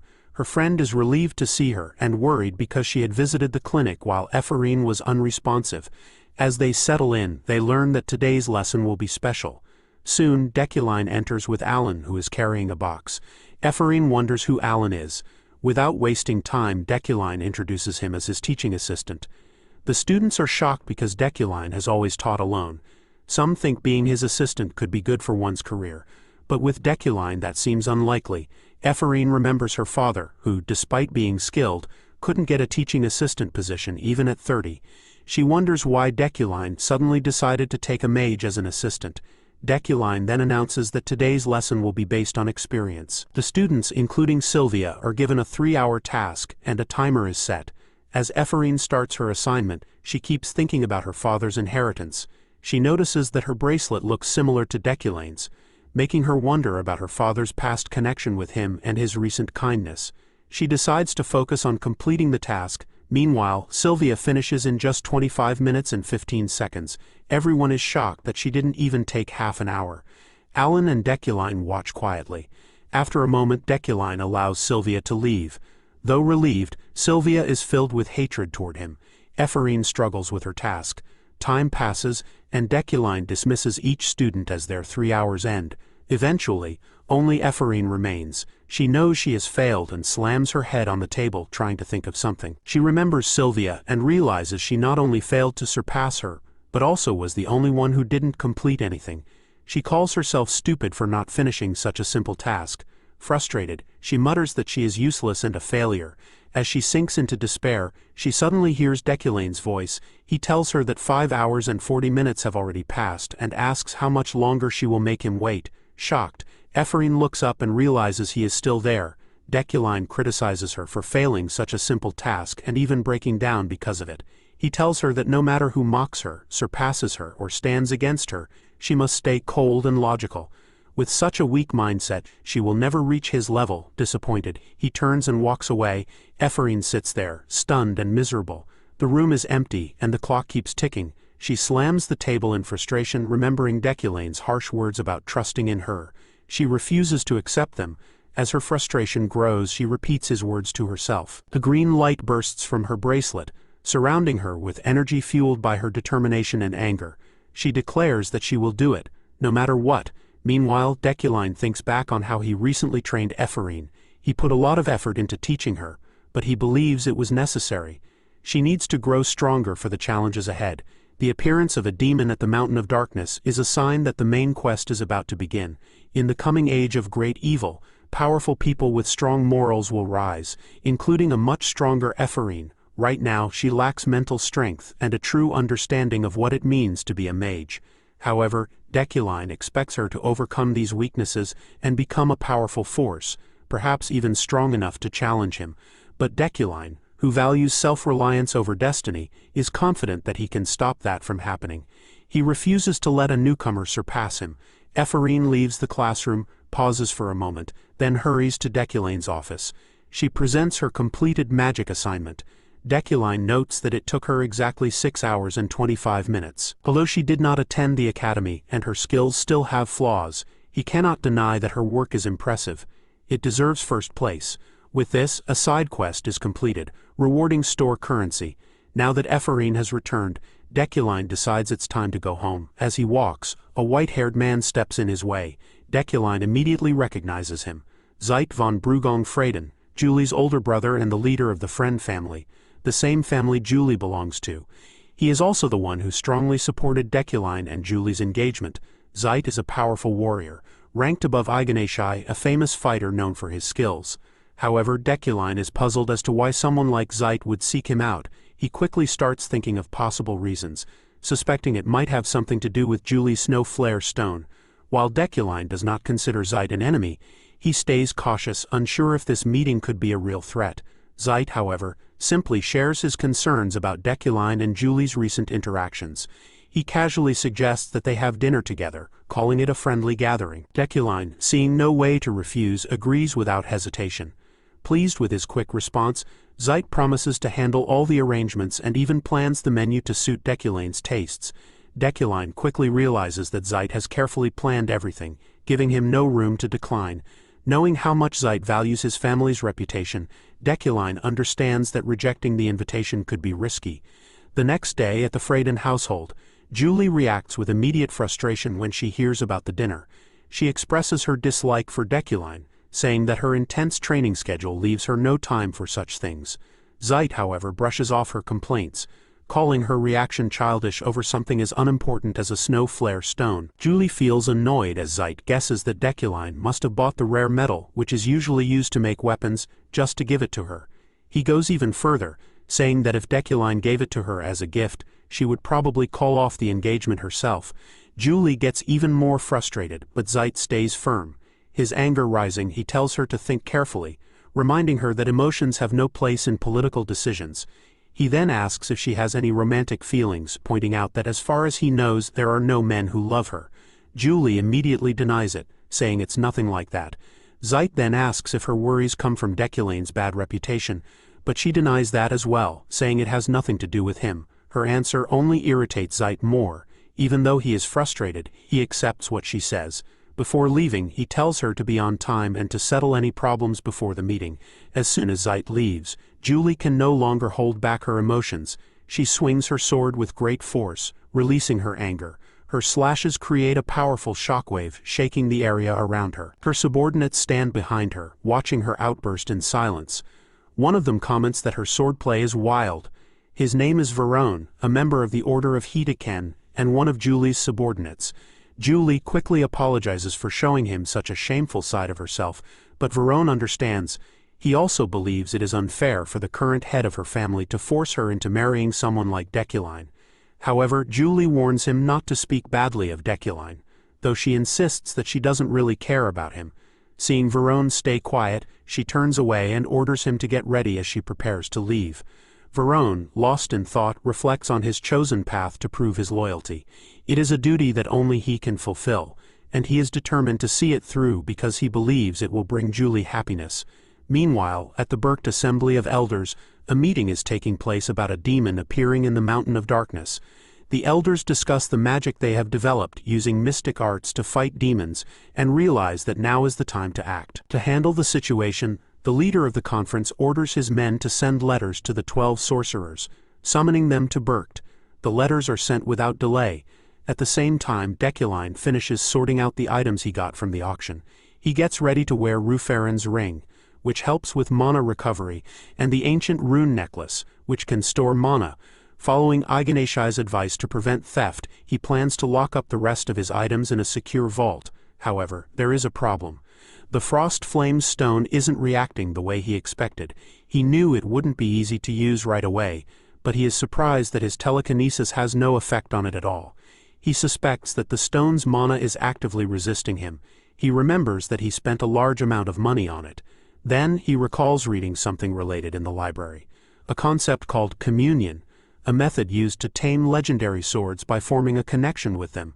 He wonders if the same process applies here, and whether understanding the stone is the key to unlocking its power. Deculein decides to try it himself and reaches out to touch the stone. The moment he makes contact, a powerful energy surges through him. To his surprise, he manages to understand 0.1% of it, which increases his mana by 300. However, at this rate, he estimates that fully mastering it would take at least a year because it requires an enormous amount of mana. He wonders if there's a faster way but puts the thought aside for now, focusing instead on his upcoming plans. Looking at his schedule, he sees that Zeit has arranged a dinner, but when he checks the date he stiffens.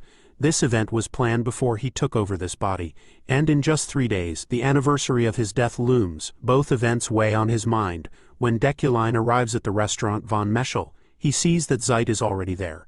Julie, who left earlier, should already be inside. Zeit greets her warmly, complimenting her appearance. When Deculein sees her, he is momentarily stunned. She looks beautiful, completely different from her usual battle-ready appearance. He acknowledges the effort she put into looking nice and feels a sense of admiration. Beside Julie stands another person who helped her choose the dress.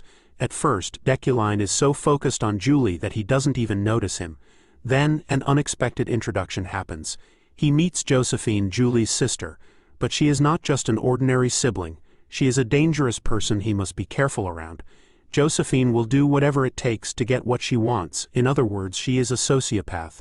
She is the mastermind behind Shadow, a secret intelligence network that operates behind the scenes and is as powerful as Zeit. Her only real attachment is to Julie, and anyone who threatens her sister will face her wrath.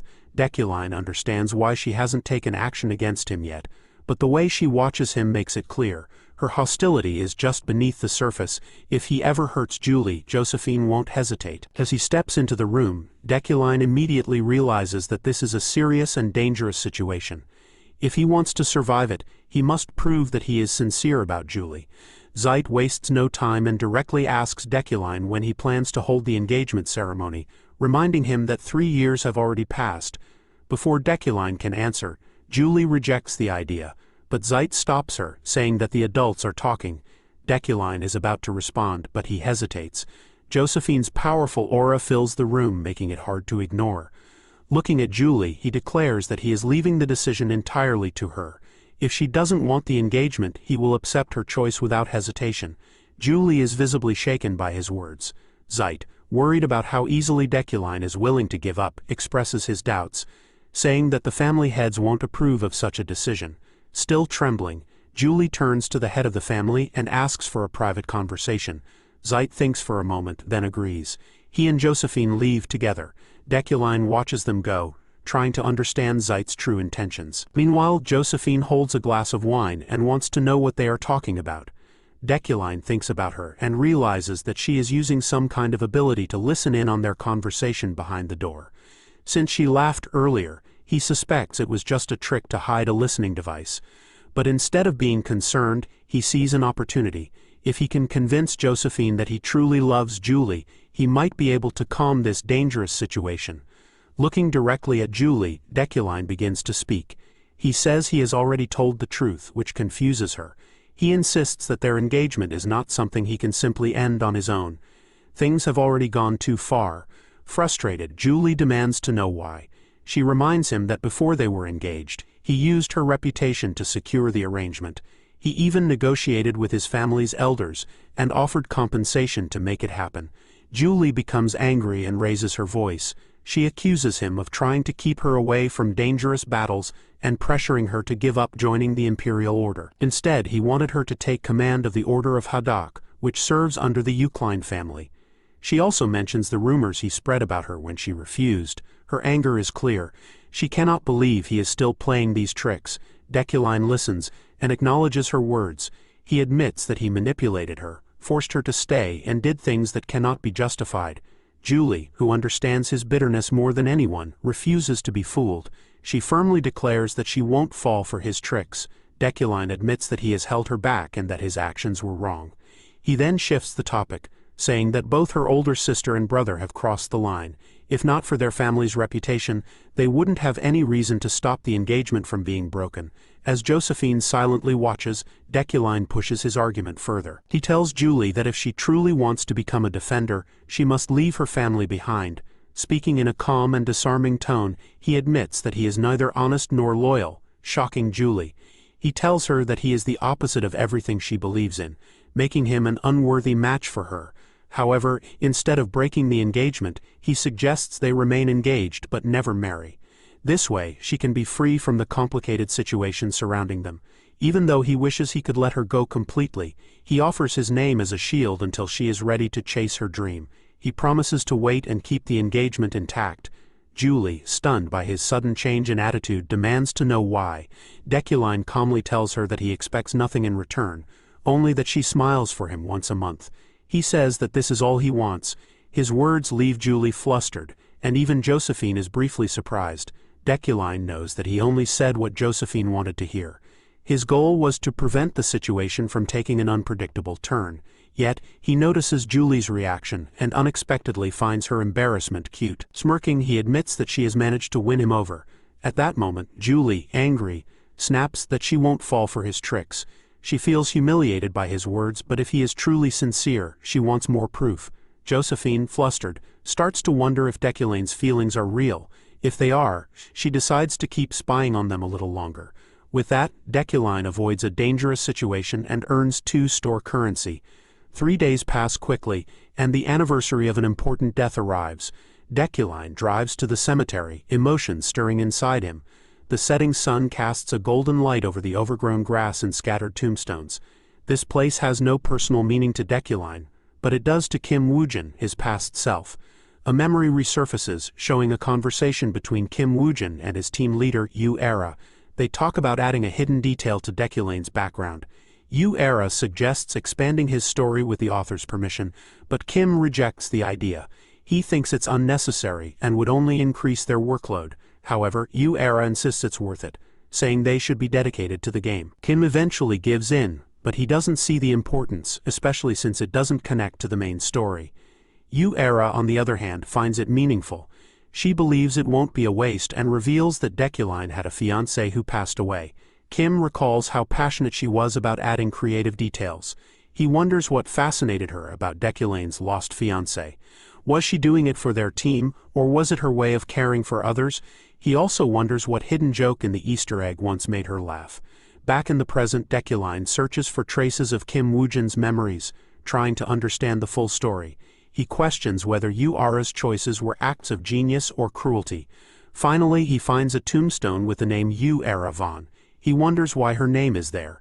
It is then revealed that Deculein's character was based on Kim Woojin, and Yahello had used her own name for Deculein's deceased fiancé. Deculein wonders if she ever thanked him for it. Kneeling before the gravestone, he reaches out and touches it, overwhelmed by emotions. Memories of Yahello flood his mind. Her sweet voice, the day she praised his drawings, the way she gave him his coat, the way she loved him, and the 7 years they spent together. As Deculein remembers her, tears keep falling from his eyes. But someone else in the cemetery is watching him, furious to see him there. After some time, Deculein walks out, noticing that he has stopped crying. He believes this is because of his strong personality. As he keeps walking, he hears footsteps behind him. When he turns around, he sees Lockhart standing there, filled with killing intent. Lockhart is surprised that Deculein already knows his name. Also known as the Wizard Killer, Lockhart is a powerful enemy designed to be a nightmare for mages. His special ability, Magic Nullification, makes him the perfect counter to magic users. His power has no real limits as long as he makes physical contact, allowing him to completely cancel out any magic within his range. Lockhart arrogantly brags about being immune to magic while attacking non-stop. As he moves in, Deculein skillfully dodges his attacks with precise movements. Lockhart is shocked. Most mages would be terrified in this situation, yet Deculein is easily avoiding his attacks. Frustrated, Lockhart unleashes a strong blow, but Deculein counters by punching him in the face. As he walks up to Lockhart, Deculein calmly tells him that fighting is pointless. A few days ago, Deculein finally saved up 101 in-store currency and bought the mana improvement skill he had wanted for a long time. This upgrade increased his overall mana capacity. While practicing, he realized that adjusting to the change would take time, but he was excited that he could now release more mana with the same amount of effort.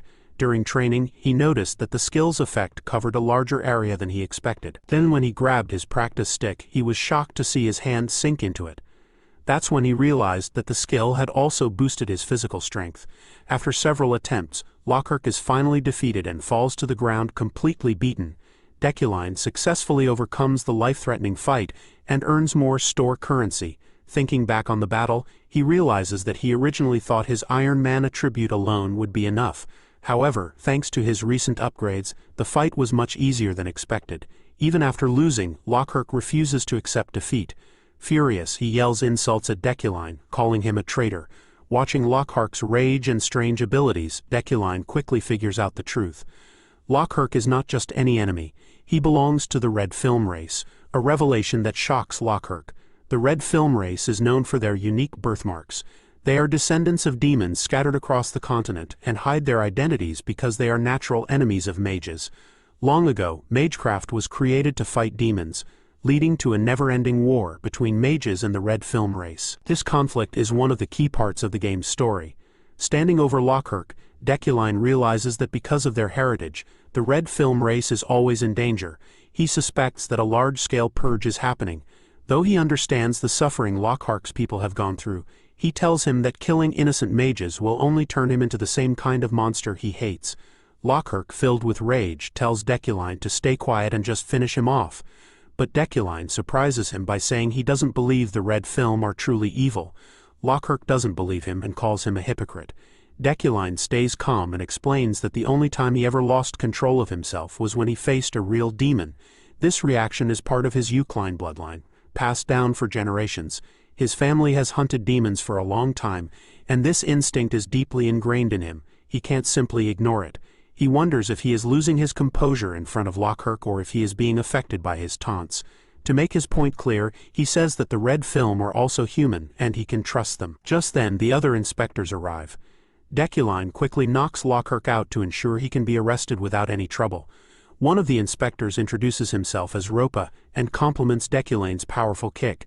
Jokingly, he asks if he should kick the criminal a few more times. Deculein waves it off, saying there's no need. Then he uses magic to pull a tree from the ground, shocking Ropa. He transforms the tree into a special rope that can neutralize Lockhart and hands it over, suggesting they use it since normal handcuffs won't work. After that, Deculein asks if Ropa was already patrolling the area since he arrived so quickly. This surprises Ropa, who explains that he came after receiving a report, one he thought Deculein had sent. Deculein shrugs it off, suggesting that someone else who heard the fight must have called it in. With that, he leaves, trusting the officers to handle the rest. As he walks away, he feels relieved that everything was resolved without anyone dying. That's a good outcome. He doesn't like hurting people unless it's absolutely necessary. The next day, Yahello comes to Deculein's training room with a letter from Berkt. It's an official summons, the first one in 15 years. Deculein takes the letter and wonders if Yahello really came all this way just to deliver it, since handling these matters should be his responsibility. When he opens the letter, he reads about a recent demon incident in the Mountain of Darkness. Because of this, the Berk are calling all mages for an urgent meeting to discuss the situation. This marks the beginning of a new main quest for Deculein, called Berkt's Call. The meeting is set for a week later, and he is allowed to bring one guard with him. Yahello suggests bringing Jeff, but Deculein immediately refuses, pointing out that Jeff is just their driver and doesn't even know how to use a weapon. Yahello still insists that he should take a guard, as the journey to Berkt is dangerous. Hearing her concern, Deculein is a little surprised that she's worried about him. Embarrassed, she quickly explains, almost shouting, that she only cares because she doesn't want him to die. With a slight blush, she offers to choose a guard for him. Deculein agrees and lets her handle it. Meanwhile, at Freeheim's outpost, Julie is busy training young knights in sword fighting. A vice-captain watches her and mumbles to himself, unsure about what to do next. Suddenly, Verone speaks up, startling him. He hadn't even noticed Verone standing behind him. The vice-captain takes a moment to collect himself before revealing that their order has received a commission, but he's unsure if the captain will approve it. Verone tells him to ask anyway, but the vice-captain hesitates. He explains that the request is to guard Deculein. However, the real task is to protect the entire train Deculein will be traveling on, because they knew that if the request were just to guard Deculein, it would probably be rejected. Verone advises him to accept the job, saying that completing it successfully would raise their order's reputation and improve their finances. Even so, the vice-captain still worries about how Julie will react. Verone interrupts him, confidently stating that their captain would never let personal feelings get in the way of a mission. Finally, the vice-captain decides to speak with Julie about the commission, while Verone remains behind, his face dark with unspoken thoughts.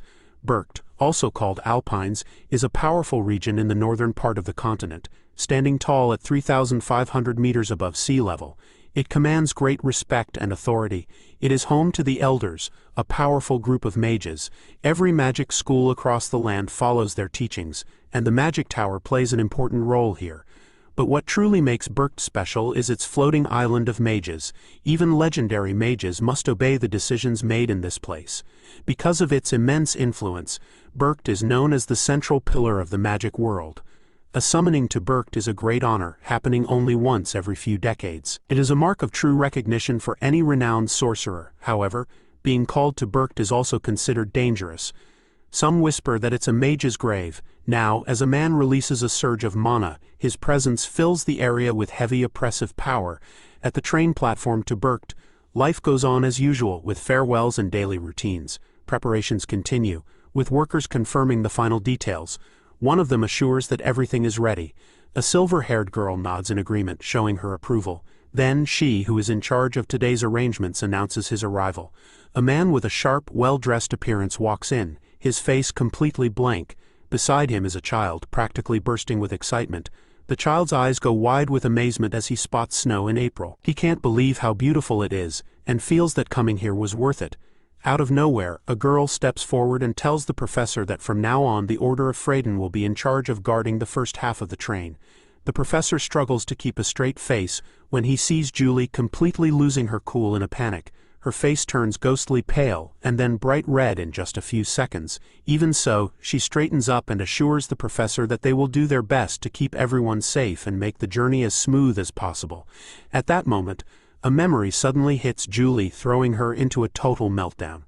She barely manages to keep it together. The professor's words echo in her head. He once told her to try smiling at least once a month. Now, in a full-blown panic, Julie wonders if this is the right time to force a big smile, a wide grin, or just a small one. She can't figure out why she's even doing this ridiculous act while standing in awkward silence with the professor. The people around them notice the strange tension and show respect to their captain, even though she absolutely hates the professor. Still, she seems to be trying her hardest, maybe for his sake. Before things get even more awkward, Varone suddenly appears and announces that he will be handling their guard duty from now on. The professor studies Varone, the guy who just showed up out of nowhere. He lets him know that his job is to protect them, while the other two are just here to earn his respect.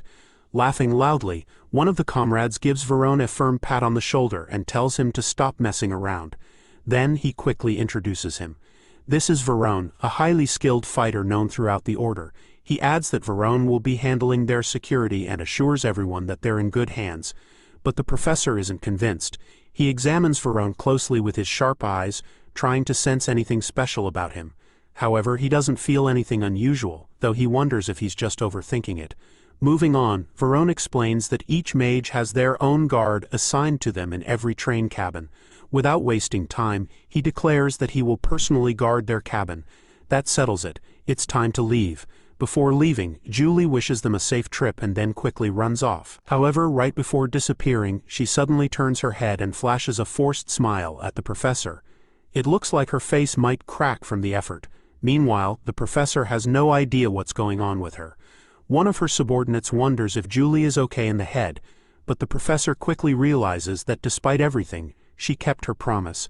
Several hours later, the professor is comfortably settled inside the train. He tells Varone to take a quick nap, since there's plenty of time to relax. Hearing this, Varone decides to get some sleep. Meanwhile, the professor's mind drifts to the summon from Berkt, also known as the Mage's Grave. In his view, there must be a huge reason why Berkt is considered the strongest pillar of the magic world while also having a hidden, opposite side. He wonders if this has anything to do with the unexpected events that always seem to happen whenever the summoning takes place. Knowing that a train attack is possible, he considers the idea that Deculein might die in a battle of wits. However, he has no intention of taking any reckless risks. For now, his priority is figuring out which train will guarantee their safety, while the red train lingers with the fate of being blown up in an instant. This guy knows a trick. He buys information to find out which train has the best odds. He thinks the original Deculein would have made things easier. But when he imagines all the dangerous people out there, the professor decides to cut off all shady connections. After taking over Deculein's position, he only became more cautious and increased his security. Because of this, he chose to learn a legendary martial arts technique that relies on understanding rather than brute strength. Given how excited Alan was, it's strange to see him passed out. Just days ago, he was practically in tears of joy for getting the chance to travel with the professor to Berkt. But now the professor feels like changing his mind when he notices Alan's runny nose. It turns out the professor is a huge germaphobe. Even so, he never expected Alan to be so determined to join this trip. As they approach Berkt, the professor is surprised at how smoothly the journey has gone so far. Despite his simple preparations, George's suit jacket and shoes have boosted his defenses and brought out the full potential of Midas Touch. A while back, thanks to Midas Touch's unique abilities, he had a master tailor design custom clothes for him. His wood-steel shuriken also got a big upgrade because of it.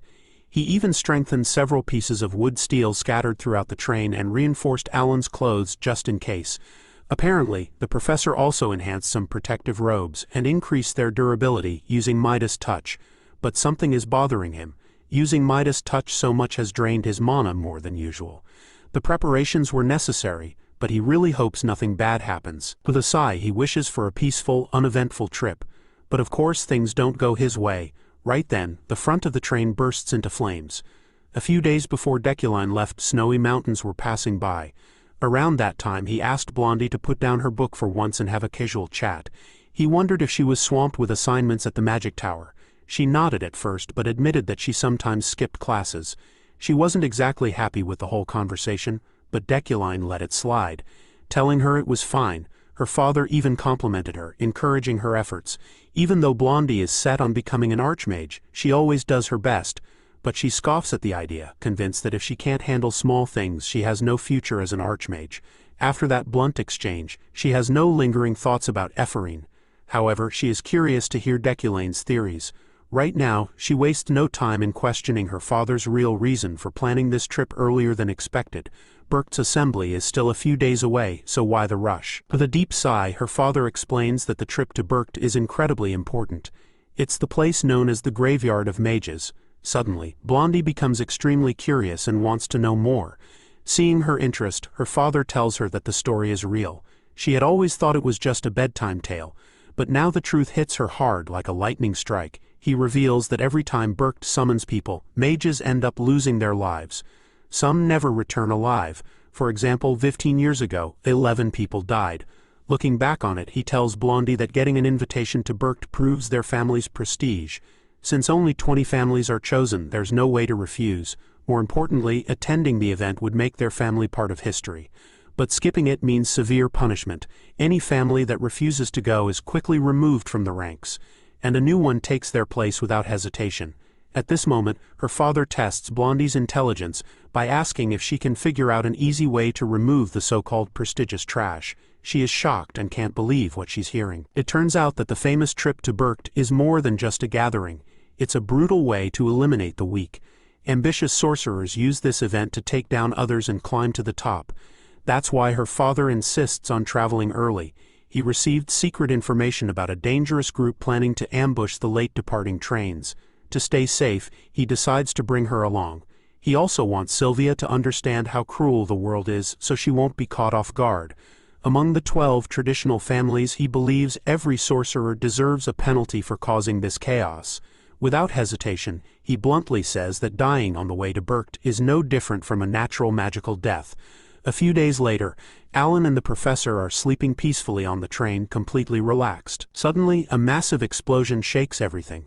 Verone and the professor wake up immediately, while Alan panics as a bright flash of light appears. Fear grips him so tightly that he struggles to speak. In a split second he jumps in shock. He can't believe it.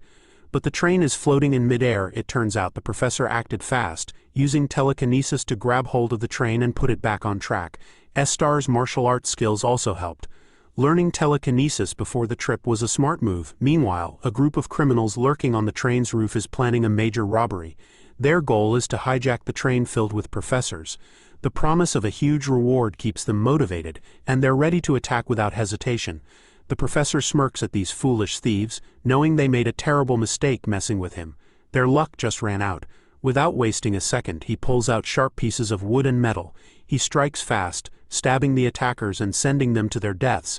Alan watches in shock, his jaw nearly hitting the floor. Without a word, the professor knocks him out.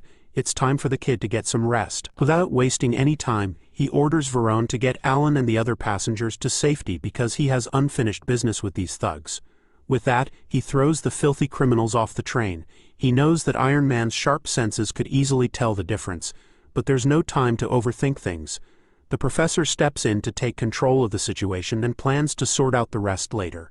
He turns to the remaining thugs and tells them they've just signed their own death warrants.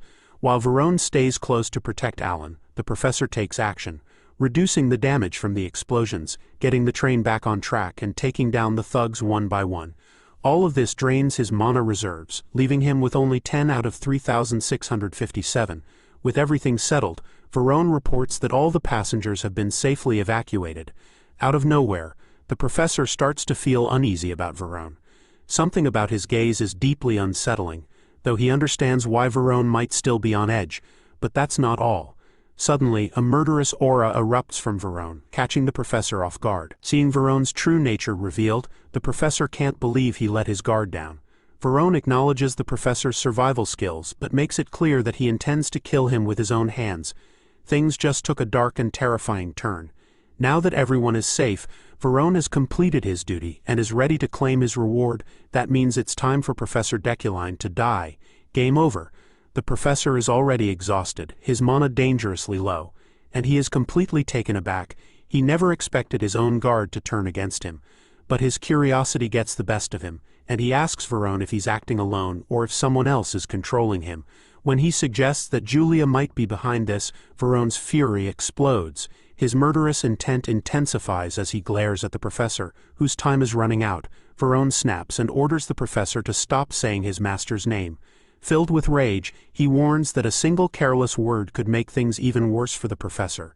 Despite this, Varone still sees Julia as an honorable knight who wouldn't go this far. However, his bloodthirsty eyes show his clear intention. He wants to kill the professor himself for Master Julia. His expression screams murder. The professor struggles to understand what went wrong with Varone. To make things worse, his most trusted ally, a Frime warrior, has turned into a rogue traitor. This wasn't part of today's plan. A once respected member of Freydin has chosen a dark path, leaving everyone in shock. With only 10 mana left, the professor wonders if he even stands a chance against this monstrous opponent. He has nothing left to lose. Without hesitation, he stops wasting time and declares that he will no longer serve Varone as his guard. Giving the professor a deadly glare, Varone launches forward at full speed. His blade slices through the air with lethal precision, completely catching the professor off guard. With no other option, the professor cancels his telekinesis on the train, sending it off balance. Somewhere else, Sylvia's servant knocks on the door to check if she is ready to try Bert's special snow cone. Without hesitation, Sylvia tells Sirio to eat it all. Sirio mentions that everyone except Professor Deculein and Rewind has arrived. She considers asking if Sylvia is waiting for someone important, but no words leave her mouth as she decides to leave Sylvia alone.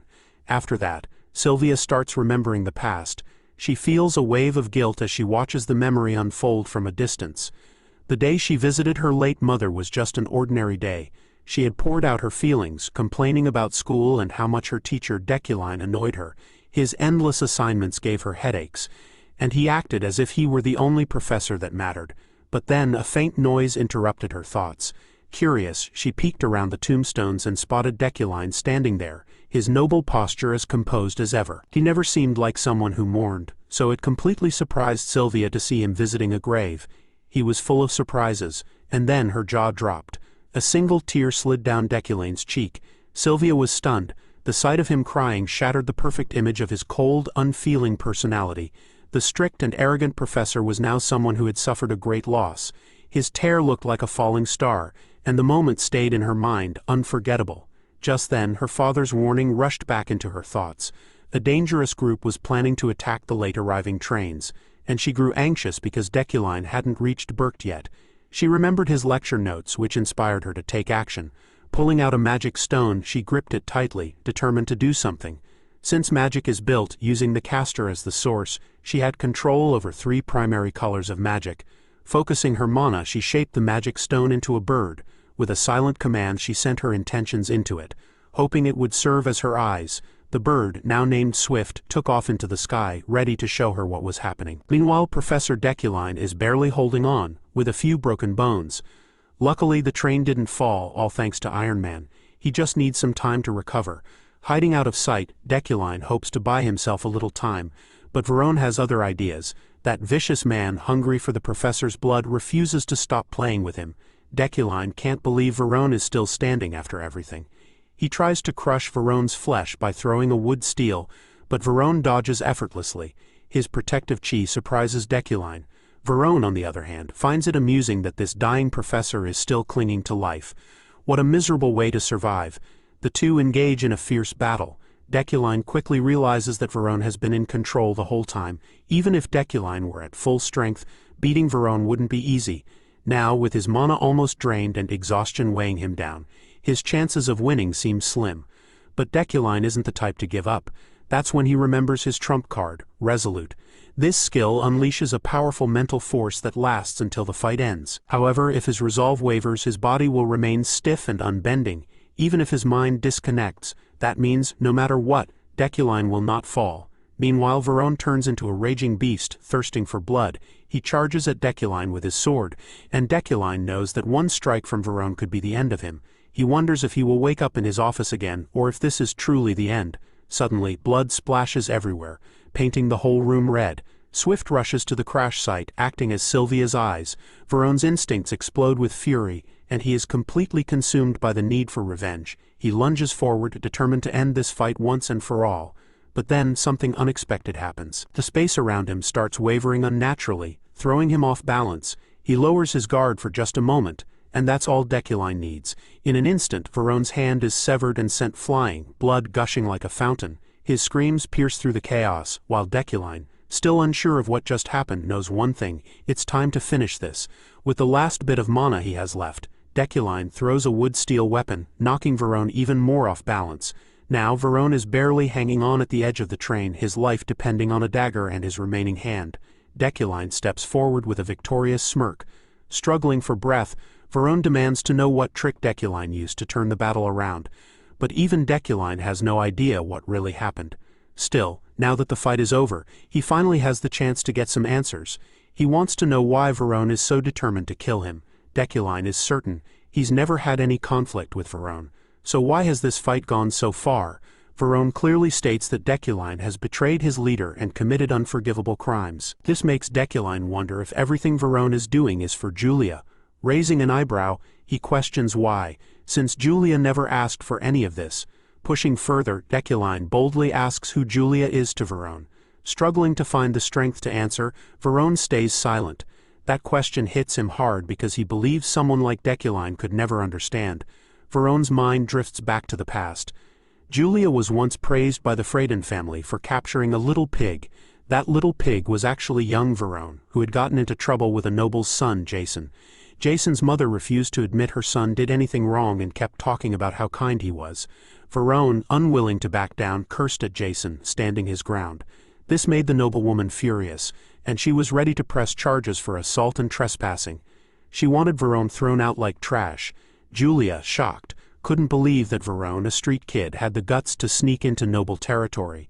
She was even more surprised that someone as skinny and weak-looking as him had climbed over the walls without hesitation. To calm the noblewoman, Julia took responsibility for reporting Varone to the police herself.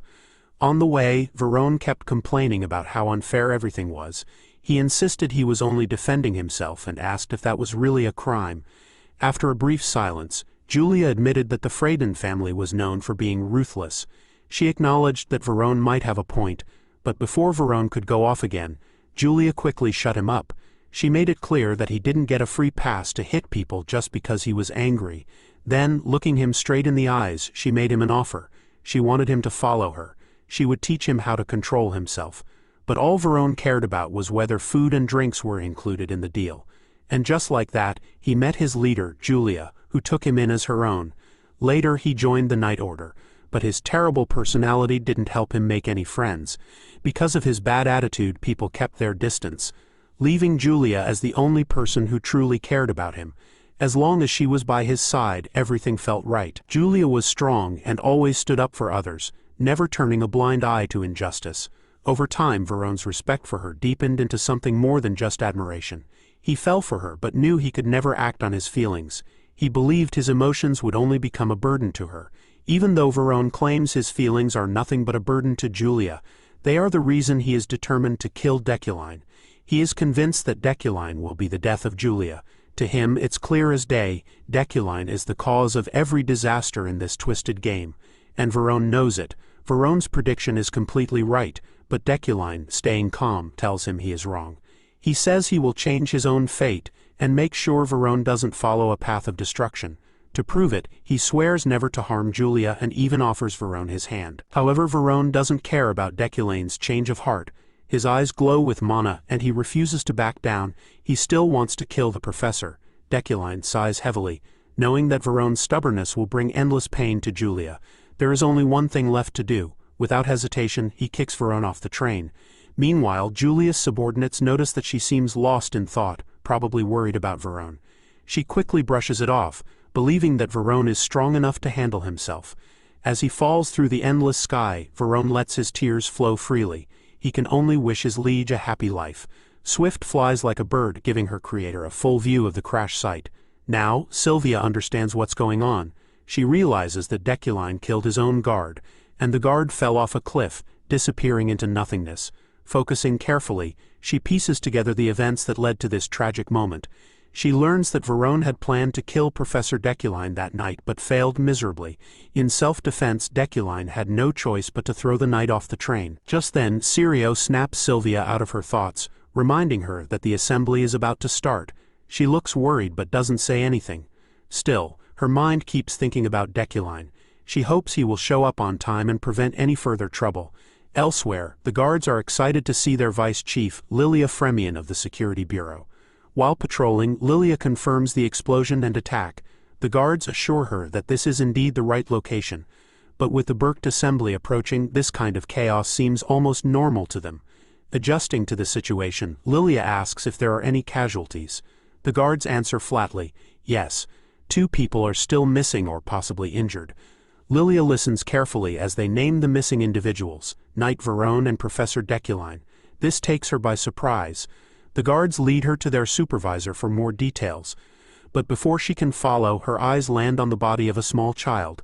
The kid seems unconscious, likely from the shock of the crash. She checks and confirms that the child is still out cold. Chief Lilia continues her investigation, gathering reports from the witnesses. One of them describes how a knight saved them and got them safely away from the crash site. He also remembers the moment the train was flying in midair, but by the time he woke up it had already fallen off the cliff. Thinking it over, this witness suggests that the assassin's second attack might have made things worse. However, the idea of the train flying in midair doesn't seem to make sense. Luckily, he took a picture in his panic, so now they have proof.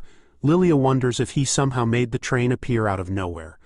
A mysterious voice echoes in her mind, saying that Knight Varone is dead. Not only that, but it also admits that Varone was the one behind everything, doing his best to kill Deculein. But he failed completely. In short, head Professor Deculein survived. Chief Lilia is shocked by this eerie telepathic message, which helps her investigation of the crime scene. It might be useful, but it still unsettles her. She looks around but doesn't see anyone who seems capable of pulling this off. Instead of answers, this situation only raises more questions. Then, suddenly, someone informs her that a person is walking away from the crash site. She spots a calm and composed man with a noble posture coming into view. She quickly realizes it's none other than Professor Deculein himself. He looks exhausted and covered in injuries. Deep in thought, he hasn't even noticed the crowd or Lilia. He knows that something strange happened at the exact moment he should have died. Just like that, he could have been remembered as the man who was killed by some unknown knight. More importantly, he would have lost the chance to figure out who or what saved him. Like Varone, he could have ended up at the bottom of that cliff, powerless and forgotten. The thought hits him hard. He had no chance against Varone. He felt completely helpless against his own guard. But the real question keeps circling in his mind.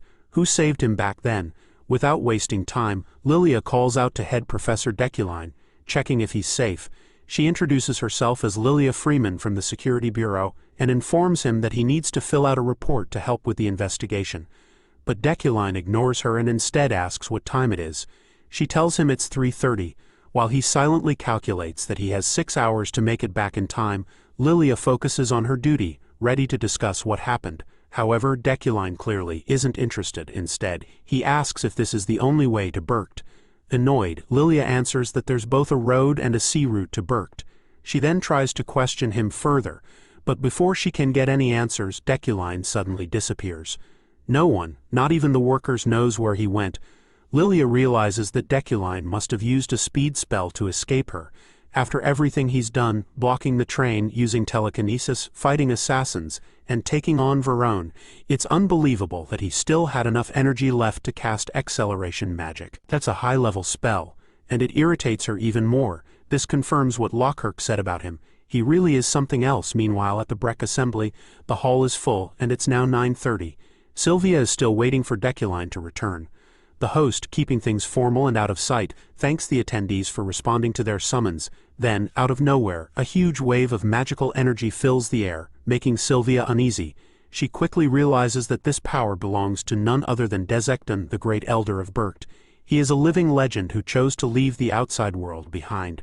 As she looks at him, she understands that to compete for the title of Archmage, she must reach his level. The roll call begins, confirming the presence of Gilthian from the Alad family, Ethansul from the Brand family, Baron from the Viorad family, and Ilum from the Rewind family. When the host calls out Deculein of the Yukline family, the room falls silent. There is no response. The host calls the name 3 times, warning that if there is no answer, the Yukline family will be removed from the 12 sorcerers. This news spreads like wildfire. People whisper about how the downfall of the Yukline family began with Deculein. Their first summoning was 200 years ago, and losing their place now would be a great tragedy. Sylvia listens as they mock Deculein, calling him a disgrace compared to his ancestors. The hall echoes with laughter at his supposed lack of talent while the host repeats his name 3 times. Just as the host is about to move on, the doors burst open with a powerful force, silencing the entire room.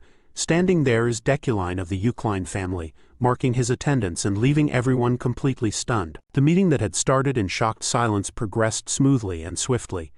The first item on the agenda was the demon that had appeared in the Mountain of Darkness. It was discussed with no opposition. Ethansul, the residing head with divinity, expressed her opinion. She wanted to put more eyes on the matter regarding a demon appearing near the capital. She proposed that each school cooperate with the church and that mages be dispatched into suspicious regions. Everybody agreed, and the meeting proceeded with their first short break. Deculein took a deep breath of exhaustion. He ran like crazy to reach Berkt as fast as he could. He could not afford to be late. Now he is devoid of mana or stamina in his tank. Despite his fatigue, his outward appearance hasn't been impacted. He still looked as slick and composed as ever. Deculein's noble traits and attributes are annoyingly incredible. As the council petered out of the round table, a certain someone called the professor with a worried voice. It was the tear-eyed Alan who had just arrived. He apologically asked if his boss was all right. He was told to wait outside since he arrived when the meeting had already started. The professor assured him that there was no need to worry. After that suspicious interaction on the train, Deculein can no longer think of this child as innocent anymore. He's certain that something is off about Alan's identity. He can't quite pinpoint what it is yet, but it reminded him of a famous movie in his previous world. So he instructed Alan to always stand next to him from now on. Keep your friends close but your enemies closer. He wants to keep a closer eye on Alan going forward. He is determined to find out what this pipsqueak really is in due time, no matter what. After the short break, the council convened to go back to the round table of discussion. The next agenda on the docket is one of grave importance and controversy. They must figure out what to do about the blood-shroud sorcerer who had been killing mages. It is a sensitive topic, so this won't be concluded as easily as the previous agenda. The head of the Viorad family, Vethan, made a big show of smacking his hand against the table and giving an impassioned speech. He views the blood-shroud race as cockroaches who have been secretly breeding and laying eggs within human society, corroding human lands. Ethansul, head of House Bran, immediately opposed such distasteful comments. Besides, they do not have the means to differentiate blood-shrouds from other races at all. Vethan proposed that they could just invent a method using the paltry clues they have about the race's features. He believes eradicating these cockroaches is possible with the power of the Imperial Magic Tower. Deculein maintained his silence. He knew that opinions would clash from the start, but it's getting heated too fast. As far as they know, blood shrouds can recognize one another, and they are gathering forces in secret. That must mean that they have a power structure and a leader at the helm. Vethan fears that they are scheming about something sinister. Ethansul refused to buy into this fear-mongering based simply on Vethan's delusional speculation. The silent majority held their tongue, but they quietly agreed with the rambling madman. The notion of a blood-shroud figurehead hiding and planning makes them feel uneasy and disgusted. They were in this situation 60 years ago, and the council's indecisiveness cost them the lives of countless mages. After what seemed like a lifetime of silent stalemate, Gilthian von Grahan-Yukline spoke up and tossed the ball to Deculein of Yukline. After all, the professor came from a long line of great exorcists who stood at the spearhead of eradicating demons since time immemorial. As someone from the present, Deculein is well versed in these types of situations. Blind hatred always leads to unnecessary grief and misfortunes. Setting the bleak future aside, suppressing the blood shrouds right now would be plainly wrong. Even if he can't stop the council's vote, he can always just delay their decision to the best of his abilities for the sake of the future main quest. The world had already branded the blood shrouds as the common enemy. A blunder for sure. So Deculein spoke up. While it is true that long ago the blood shrouds were viewed as humanity's enemy, reviewing every single piece of literature pertaining to the war would make it clear that all the bloodshed stemmed from a simple misunderstanding. Vethan grimaced upon hearing such a ridiculous statement. Deculein continued that 37 years ago during the Rodran witch incident, Rodran was falsely accused and punished. From that incident, the Great Suppression occurred, leading to the death of countless blood shrouds. Refusing to accept the injustice, they retaliated. More blood was shed from both sides, and the cycle of violence continued. In Deculane's cold and fact-driven eyes, the incident 60 years ago simply got ugly because of politics. Some greedy pig discovered a manstone mine in Bloodshroud lands and made up some ridiculous accusations to seize the precious resources. That greedy pig was one of Deculane's ancestors, a Yukline. Vethan had long since closed his ears, blinded by his rage. He is certain that those cockroaches are born with demonic energy coursing through their veins. The Yukline family should know that better than anyone. Deculein resented that implication. His family's tradition is hunting demons, not killing bloodshrouds. No matter how hard Vethan tries to conflate those two different things. The professor asked that rambling man if he could take responsibility for all the heinous he's been spouting since earlier. Accusing humans of being demons is a serious crime. The one spouting such hateful rhetoric can easily be indicted of being the thing they hate most. With Vethan stomping away like a child who didn't get what he wanted, the first meeting wrapped up inconclusively. The Bloodshroud agenda was moved to the next day as the council went on their own way to retire to their rooms. We saw guilty undoing on his daughter. He doesn't want to be separated from Sylvia, but an archaic rule demands that Berkt members be isolated throughout the summit. While the father was tear-eyed, the daughter was unamused. She prefers getting away from his dad as much as possible. Before going their own ways, Gilthian warned his daughter that the Berkt mages have abnormally high mana densities. With such a high concentration centered in one place, all sorts of magical phenomena can occur at night. It's imperative that Sylvia reads the hotel regulations. Upon reaching her hotel room, Sylvia changed into something more comfortable and looked at the extensive list of odd regulations. She reckoned that this ridiculous list is just a way to instill fear in young children. Deep into the night, she dozed off without any problems until something whisked her away from her dreams. She got up, feeling a dryness in her throat, and drank some water. Suddenly, her sleepiness vanished upon feeling an intense feeling of being surrounded by mana. The walls of her room seemingly peeled away, exposing a different plane. When she looked around, her bed and everything that was supposed to be there were gone. The space suddenly morphed into an unfamiliar hallway. Hurriedly, she pulled out the list of rules, frantically scanning if she accidentally made a wrong move. From her peripheral vision, she caught a glimpse of a bright light, peeling her eyes away from the piece of paper. The rules dictate that once the guest lies down in bed, they must refrain from waking until morning, or they may find themselves in a different place. Sylvia's simple act of getting up to drink some water plunged her into this bizarre situation. In the second hall where she stayed a couple of days ago, this kind of magical phenomenon didn't happen. Now that she's situated near the Assembly of Elders, an area with a denser concentration of mana, she was subjected to some sort of spatial travel. Sylvia had been too complacent. She thought she would be fine as long as she didn't leave the room, but that's clearly not enough. She tried to force herself to calm down and think of a clear solution, but the sinister presence lurking in the dark hallway made that impossible. Her instincts told her to get the hell out of this place, but she didn't know where to go or even where she was. The Rosary Hotel is a one-story building, yet she sees some random glowing staircase leading to God knows where. The rules listed that one must not go up or down any stairs that may appear. It also said that upon encountering an open door while walking down the hallway, one must never dare to look, let alone enter. Sylvia closed her eyes and continued running. She believes that there must be an entrance that can take her back to normally. After running on a loop for what felt like forever, she desperately tried knocking on one of the closed doors to ask for help. However, hotel rules state that one must not respond to any knocks or noise coming from outside. She tried seeking help relentlessly, jumping from one door to another, growing more desperate and hopeless as the malevolent presence closed in. Filled with despair, tears fell from her golden eyes. And finally, someone responded to her desolate calls to be saved. The door slowly opened, filling the dark hallway with blinding bright light, and a familiar voice asked Sylvia if she was lost. On the other side of the door was none other than Professor Deculein. One look at his expressionless face gave Sylvia immense comfort and a sense of security. Deculein invited her in, and she gave her most genuine thanks as the dark presence wearily retreated. The fire pit crackled, filling the room with warmth. Sylvia explained how she got up from bed for a brief moment and ended up in the hallway being chased by an unknown entity. The professor expected as much. Berkt is the center of incredible magic phenomena. Furthermore, many spirits who have lost their consciousness to magic tend to stick around. Sylvia looked at the man's reliable frame, his never-changing appearance, unwavering gaze, and the air of steadfast nobility. She couldn't help but feel like Deculein was the only one who could have saved her. Her reverie was broken by a bizarre gurgling sound coming from the door. A slimy substance is slowly seeping through the tiny gaps in Deculein's entryway.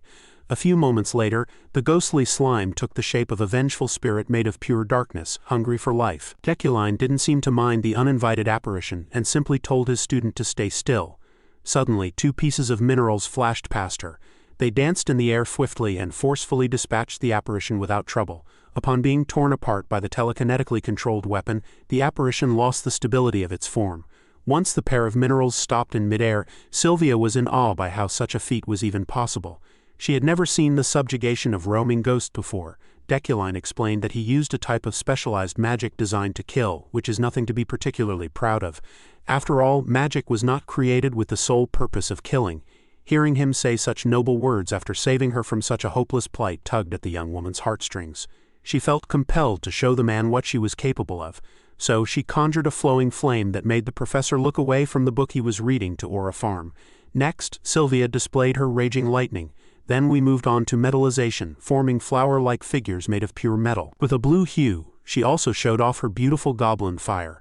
After showing the professor the spells that she was most proud of, Sylvia pouted at the fact that he barely even paid attention, trying to get his attention by going in the opposite direction and doing something half-heartedly. She summoned a glittering light. It seemed to work. Deculein calmly corrected the tiny bit of instability in the air magic circle she embedded into the fire, and the result of the adjustment was stunning. Now that he's got the professor's attention, Sylvia steeled her resolve and asked the professor what's holding her back, her weakness. Hearing such a ridiculous query, Deculein turned his eyes back to his book and advised Sylvia to figure out her flaws by herself. Like a child, Sylvia protested that he helped Ephraim to correct hers. She was mistaken. Ephraim found out what she was lacking by herself. Seeing the golden child of the current generation so frustrated at her already monstrous capabilities, the professor asked her to cease her impatience. Time is on her side after all. As long as she continues her dedication to the craft, improvement will naturally come. Like everyone else, she must slowly work towards the pinnacle, one step at a time, and avoid shortcuts. Sylvia is one of the only 3 people who possesses the talent to reach the top of the magic world. After all, for some reason, such a compliment from Deculein reminded her of the countless empty platitudes she had heard about her astounding talents fated for the next archmage. Since she was a child, she had heard it all. But even back then, she could see through the insincere and stale flattery. However, when the praise comes from Deculein, it feels reassuring and real, more genuine than anything she had ever heard. Since it was late and it was dangerous to walk in the hallways, Sylvia spent the night sleeping on the professor's bed. He spent the night at his desk reading books. In the dead of the night, his study was interrupted by a whiff of opportunity. A golden light is calling him to come outside. An energy that he's never felt before is telling him to go out. So, the professor decided to go on a little late-night excursion. His wealthy magnate ability is tingling, and he's not one to turn down free treasure if he can help it.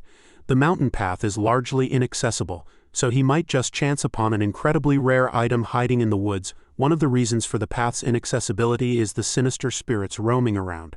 One such spirit, an apparition with twisted limbs sprouting all over its body, tried to sneak up on Deculein to feed on fear. However, the professor did not even bat an eye on such cheap scares. The apparition tried, and he simply treated the thing like it didn't exist. Deculein finally stopped leisurely walking and turned to the spirit. Instead of running from fear or exorcising the apparition, he simply asked the thing if it happened to see an item possessing a lot of magic nearby. After being treated like it's just some sort of random guy, the spirit took off running and crying while cursing Deculein in an indecipherable tongue. The professor was annoyed that he didn't even get an answer from a local spirit, albeit an evil one. Nevertheless, his diligent search eventually led him to the thing he'd been looking for. Upon closer inspection, he identified it as a purified mana tree fragment. This naturally mana-rich wood has been purified by lightning, making it an excellent crafting material. After coming into this world, he completely committed himself to training and research without resting. However, he eventually reached a slump because of Deculein's middling talent. If he can make a wand out of this extraordinary fragment, he can supplement his talent and grow his power faster. For a random midnight stroll in the woods, the rewards are far greater than he could have imagined. The next day came, and the reopened meeting progressed with a strange atmosphere, to say the least. Just like yesterday, Vethan Viorad came in swinging with his ridiculous questions about the alleged demon blood flowing in the veins of blood shrouds. This time, Deculein opposed him with equal intensity. He argued that if salt is added to water, you can't call water salt instead. The heated discussion between the two pillars of Berkt made many of the attending sorcerers flustered. Some of them are starting to think that the professor is siding with the enemy instead of humanity. They thought he would be the one championing the eradication of blood shrouds, but he's doing the opposite. Even Gilthian was stumped as to what picture the man was trying to paint. Sylvia, still sitting beside her father, can see the wheels turning inside everyone's mind. She could tell that everyone's opinion of Deculein was starting to sour. They think he has an ulterior motive, but they would be wrong. In her perspective, the professor is just stating the obvious. Seeing that a conclusion is impossible to reach at this rate, the arbiters decided that the matter regarding the blood shrouds would be postponed for the next meeting. They can't let the other agendas in the docket be sidelined by a single issue. Unlike the blood shroud issue, the other discussions progressed quickly, and the meeting came to a close after several days. By the time the Berkt summit had concluded, Deculein had surely incurred bad blood against Vethan and Viorad. While he did not wish for this outcome, he needed to buy time for the sake of the main quest in the coming future, and becoming estranged from some people was the price to pay for that. Deculein stayed at Berkt a few more days after the summit. Today he's visiting the shopping district inside one of the magic shops he was familiar with. He was wondering how to properly use the purified monetary fragment as the base of his new wand, and what materials would go with it perfectly. While he was browsing through the wares, Alan frantically called to his attention. His assistant pointed at someone, claiming that the person was the hero who made it possible for him to arrive at Berkt in one piece. Deculein recognized her as Lilia Primian, the vice chief of the security bureau. So they decided to take a break from shopping and treated Lilia to a meal as a form of courtesy to repay her for escorting Alan to safety. She appreciated the gesture and informed the professor that the investigation regarding the incident had properly concluded. Taking this as an opportunity to gain intel, he asked what happened to the escort guard, Verone. She plainly stated that the guy died due to the ambush. The waiter served the modest meal and the three started digging in. Lilia would not dare show it on her face, but she has her doubts about Deculein, and it all stems from what Lockhart said to her. Under direct imperial order, the Imperium Security Bureau sent the mage killer to the most notorious prison, Lockhart, for his crimes against magic and humanity. Lockhart's arresting officer for his case was none other than Lilia herself. In the interrogation phase, the chatty mage killer had become tight-lipped. Seeing as she was not getting any relevant info from the criminal, the vice chief changed her tone and demanded that the criminal use his power. Her entire demeanor changed upon demanding as such. Upon understanding what she was trying to do, Lockhart smiled. He silently activated his power, sending thrums of nullifying magic throughout the room. When the waves hit the surveillance camera on the ceiling, it malfunctioned and eventually lost power. After making sure that the Bureau couldn't hear or see them anymore, Vice Chief Lilia Primian finally dropped the act. Her composure crumbled as she smacked her fist on the interrogation table. With rage, she cursed Lockhart for being caught like an idiot. She had already told the kid not to be rash, yet he continued sullying the name of their kind, setting back the Blood Shroud plan because he just couldn't stop killing mages. In all honesty, Lilia just wants to kill this imbecile to get it over with. If it's revealed that he's a Blood Shroud, the public opinion will worsen beyond repair, putting pressure on her. Lockhart does not respect what she's doing for the cause. He thinks she's just leeching off the empire that hates their kind. Blood Shrouds are seen as different immediately upon birth, but they are not so easy to expose. Lockhart thinks humanity is simply terrified of the demonic abilities they are born with. Even so, their kind are not the only ones who are born with said abilities.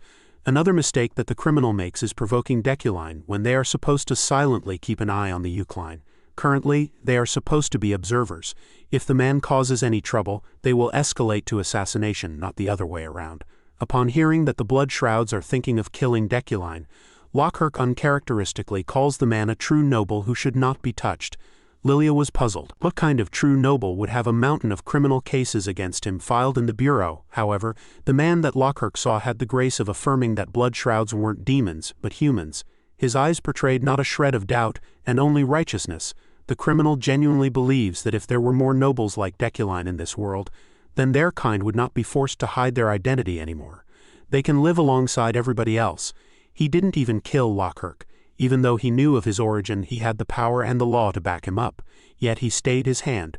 Even though Lockhart is not one to joke around, Lilia still refuses to buy such horseshit. The Yukline family stood at the forefront of slaughtering and oppressing their people after all. The criminal argued that if they start treating the descendants of said ancestors based on the crimes of the past, they would be no different than demons. Realistically speaking, Lilia won't be able to stay in a position of power without getting caught sooner or later. However, she's confident in her ability to blend in. Humans and Blood Shrouds are indistinguishable from each other after all. The only glaring distinction is a certain food that blood shrouds cannot eat. Changing the topic, Vice Chief Lilia heard murmurs about the Emperor's worsening health.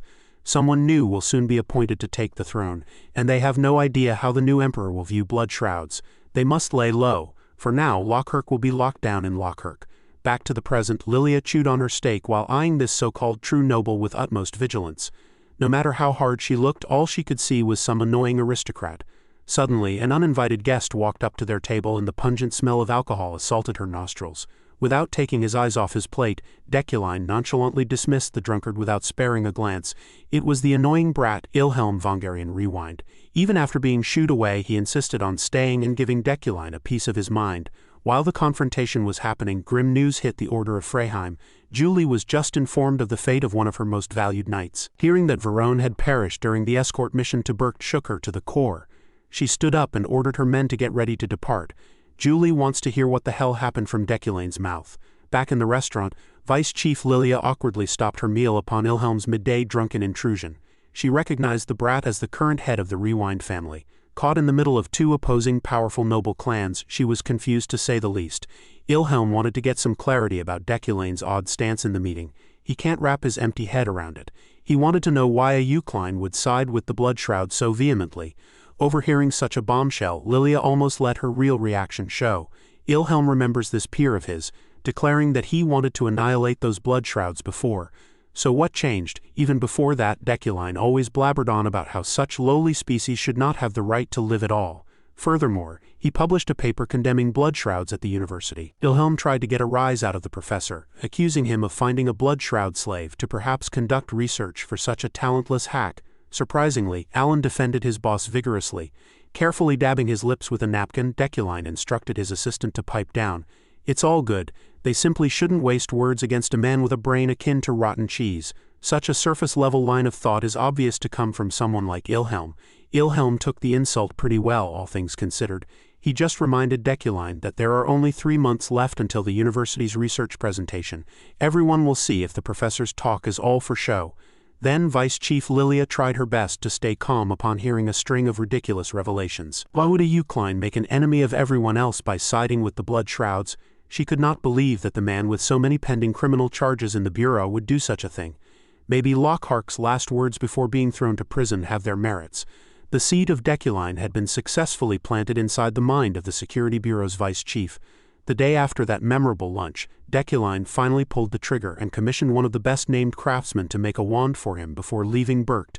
Interacting with the man gave him a sub-quest to complete Rakelik's wand. To activate the quest, he needed sufficient fame, a kind heart, top-quality materials, and 2 or more visits. Upon completion, he'll receive 1 point of store currency and a wand crafted by Rakelik. Thanks to fulfilling every condition, he was able to clear the quest without a problem. After getting his new wand, Deculein and Alan boarded the train. On the way back to the Empire, they shared the same carriage as the raging noble, Vethan. The guy did not bother hiding his hostility at all. Thankfully, no conflicts actually erupted throughout the long ride. It was just really uncomfortable in his mind. The professor just wanted to get back to the magic tower. Finally, they got off the tension-filled carriage. There's only 1 more train transfer left, and they will soon see different scenery other than snow. On the platform, the whole Order of Freden, led by Julie, had been waiting for them to disembark. Without pleasantries, she directly asked her fiancé about the ambush and threw him some polite words for making it out safely.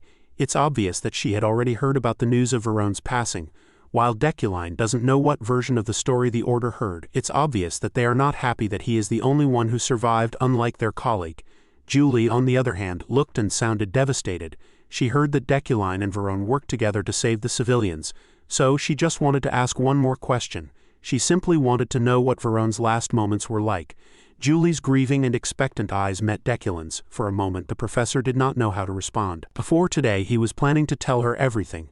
The truth, the whole truth, and nothing but the truth. He was prepared to recount how Verone tried to kill him and that things ended up this way after a bloody fight. He wanted to be truthful to Julie at the very least.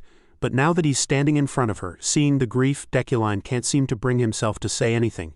He debated whether to tell her the truth or to let her live without knowledge of the all-too-cruel truth.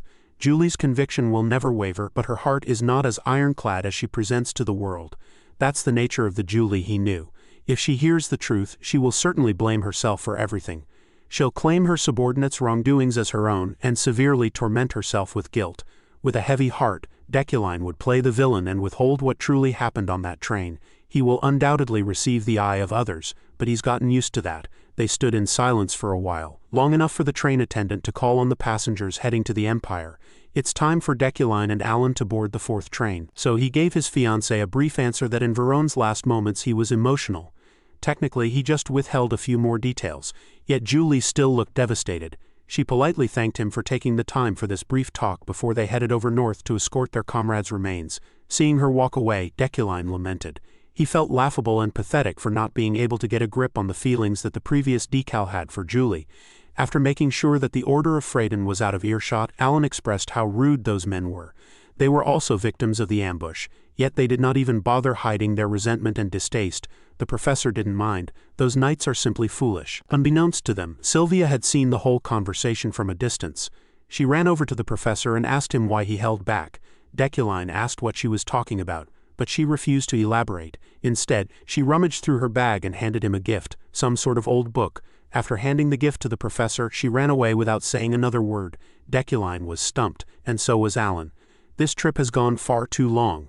It had been exhausting until the very end. He just wanted to get home and rest. Finally, the professor and his assistant boarded the last train and made their way back to the magic tower. Upon arriving at the outskirts of Berkt, Julie demanded the rundown of what happened to Verone. The local authorities recounted how during the first ambush, Professor Deculein took care of the situation and rescued civilians with Verone. With the second ambush, the train fell upside down, and that's when Verone fell. However, the VIP car miraculously hung by the cliff. To summarize, the two heroes tried their best to salvage an unsalvageable situation, and it cost Verone his life. Julie listened intently, and thanked the local officer after the rundown. Her men asked if they could take home some keepsakes, but nothing survived. Furthermore, it is an unwritten law that crimes unfolding on the way to Berkt around this season shall be left alone. Julie had lost her reliable right arm, and he left this world in vain. The grief and sadness she's feeling was suffocating. Before heading back to the magic tower, Deculein swung by the family house to be greeted by his sister's reprimand. She just found out that he wrote another family check in Berkt, and she is livid. Uriel had already told him multiple times before that the family was in dire financial straits, yet he was spending like he had an infinite money glitch. At this rate, they won't last for more than 2 months. Admittedly, the fee to create the wand was greater than he was expecting, but he had to get it no matter the cost. Commissioning a named craftsman is no joke. Still, he was surprised to hear that their finances could only hold out for another 2 months. This is a wake-up call to take some sort of action. So he asked his sister to calm down for a moment while he secured more funds. Deculein led Uriel to the warehouse where his recently acquired treasures were stored. This incensed Miss Yukline. She thought he was just flaunting his wealth. Honestly, he's more offended that she's been speaking like a brute instead of a lady this whole time. Uriel almost committed homicide right then and there. This guy is pushing the family to the brink of bankruptcy, and he has the balls to criticize her way of speaking. Meanwhile, Deculein is pondering the real reason why his wealthy magnate ability shone at the sight of these wares. At that time, he just thought they were art investments that could be used to store monetary value. However, he just recently came to a realization while he was getting ready to leave Berkt. He just found a way to exponentially expand his wealth, and that is by using his other broken ability, Midas Touch. His first target was the vase situated at the front of the pile. Uriel wasn't impressed by his actions. In her eyes, this dumbass brother of hers is just standing and holding his hand out like a while she was complaining and talking trash. Deculein had finished modifying the first product. The next step is calling for an appraiser and putting the items back up for auction once more. Anyone with half a brain would think of him as insane. Selling antiques just days after buying them when you're supposed to hold on to them for an extended period of time is a surefire way to lose money. At this point, the items won't even go for half the price he paid for. Ignoring her complaints, he ordered Roy the butler to call an appraiser and get ready for transport. Looking at the new description of the vase of the Eastern Master Craftsman, its potential has been awakened. It now has the special effect of holding flowers that will never wilt. Additionally, said flowers will slowly transform with each petal, possessing varied effects ranging from mid to high-class fatigue recovery. He bought this vase for 2.5 million elm, but it had now turned into an item that he would have a hard time letting go. The transport team arrived fast, not even giving Uriel the time to yap and oppose the decision. In her perspective, this is just a dumb band-aid solution that will bankrupt them sooner or later. Absolutely tired of arguing with his sister, Deculein dismissed her concerns and got ready for work. Back in the University Magic Tower, the new Magic Exploration Club had established its own club room. Inside were 5 students of humble backgrounds playing cards in their downtime. One of them was Ephraim, who pushed her hand with a killer gaze. It was a full house with kings. Her clubmates were taken aback. When it comes to cards, she is practically unbeatable. She'll do anything to be exempt from cleaning duties for a whole week. The atmosphere in the club room was cozy and fun. The students without noble backgrounds finally have a place for themselves. Sometimes Ephraim wonders if she's dreaming. She came from a disgraced, barren family. She could not even afford to go to the academy. Ever since she entered the tower, she received constant hate. The eye of a noble student was one thing, but even most professors did not take kindly to her either. There were a lot of incidents that pushed her to the limit, even risking expulsion. To think that everything would pass and she would be able to have mundane fun with friends is simply bliss. Out of nowhere, she joyfully expressed how much she loved this ordinary magic exploration club they built. Her friend warned her not to be too boisterous, as they never know what can happen if someone targets them again. Speaking of the devil, a professor barged into the club room and saw a bunch of peasants having fun and was incensed beyond belief. A student who looks like he's cosplaying as Deculein and failing snitched on the low-class commoners taking up space in the magic tower and doing pointless poor people activities. Ephraim immediately recognized Professor Relin and that bastard Beck. These two are notorious for making an issue out of everything concerning commoners. Professor Relin looked at the ordinary Magic Exploration Club signage and was utterly offended for no reason. Though this isn't exactly a welcomed visit, Ephraim and the gang had already expected something of this sort to happen. They need to handle this slob honorably. So she stood her ground and calmly explained that they were granted permission to create an official club. Professor Relin was beside himself. He knows no one who would co-sign such a stupid poor people club to be formed in the prestigious Magic Tower. Then he recognized Ephraim as the low-life from the Sylvia trial a few days back. Every time these so-called professors call her a low-life, Ephraim gets closer to retaliating. Sensing her glaring eyes, Professor Relin found an excuse to label her an arrogant brat, begging to be punished. Julia knows her friend well, so she tries to make Ephraim avert her vindictive gaze to no avail. Meanwhile, the snitching rat is laughing at the peasants being reprimanded. Relin demanded to know who the hell would sponsor such an outrageous club as the man in question made his way to the room. Ephraim was the first one to notice who had just arrived. Meanwhile, the clueless pig Relin was still yapping and getting his disgusting spit everywhere. Professor Deculein arrived just in time to tower over the elitist professor and claimed that he was the one who co-signed the new club. He exerted horrific amounts of pressure on the pig and asked if there was a problem with him allowing a new student organization. His presence relieved the other students, but Ephraim still felt wary of the man. Relin felt his blood run cold in the presence of the ass-striking head professor. Deculein continued to press the plump bastard about the issue, for he had heard the demeaning demands from across the hall. The slick professor escaped home after getting harassed by his sister, and trouble kept chasing him all the way to work. He is not in the mood to argue with short-sighted people today, so he just lets his aura do the talking. He watched as Relin squirmed and thought of a way out. The plump bastard's attitude made a 180 degrees turn, transforming into the kindest-looking educator and claiming that the club room was too empty. He claimed that the mages of the Imperial University's Magic Tower needed better equipment and furniture, which was why he had been enraged earlier. He just lost his temper because the precious students weren't getting the resources they deserved. So he volunteered to take responsibility for changing that and furnishing the club room himself. Deculein just let the fat bastard dig his way out of trouble and repent. Now he has to grit his class's teeth and help the Commoners Club. On the way out, Deculein sided the snitch student Beck and offhandedly commented that those akin to cockroaches will always act like one. After basically calling the kid a cockroach, he made his way to his office. Beck the brat did not take that harsh but true comment too kindly. Later that day, Professor Deculein conducted his first lesson since his return from Berkt. It had been a while since the students had had the privilege of listening to him. Among the crowd, Sylvia was lost in thought. Her classmates were whispering about the train incident that appeared in the Wizard Journal. The image of the whole train floating in the air was front and center. Everyone was wondering if Professor Deculein would regale them with the story of what happened. The old Deculein might have bragged, but the new Deculein is all business. With a telekinetically controlled chalk in the air, he began his lecture. The first topic for today is pure elements and magic interference. As the name suggests, magic interference is the act of another mage interfering with another's power.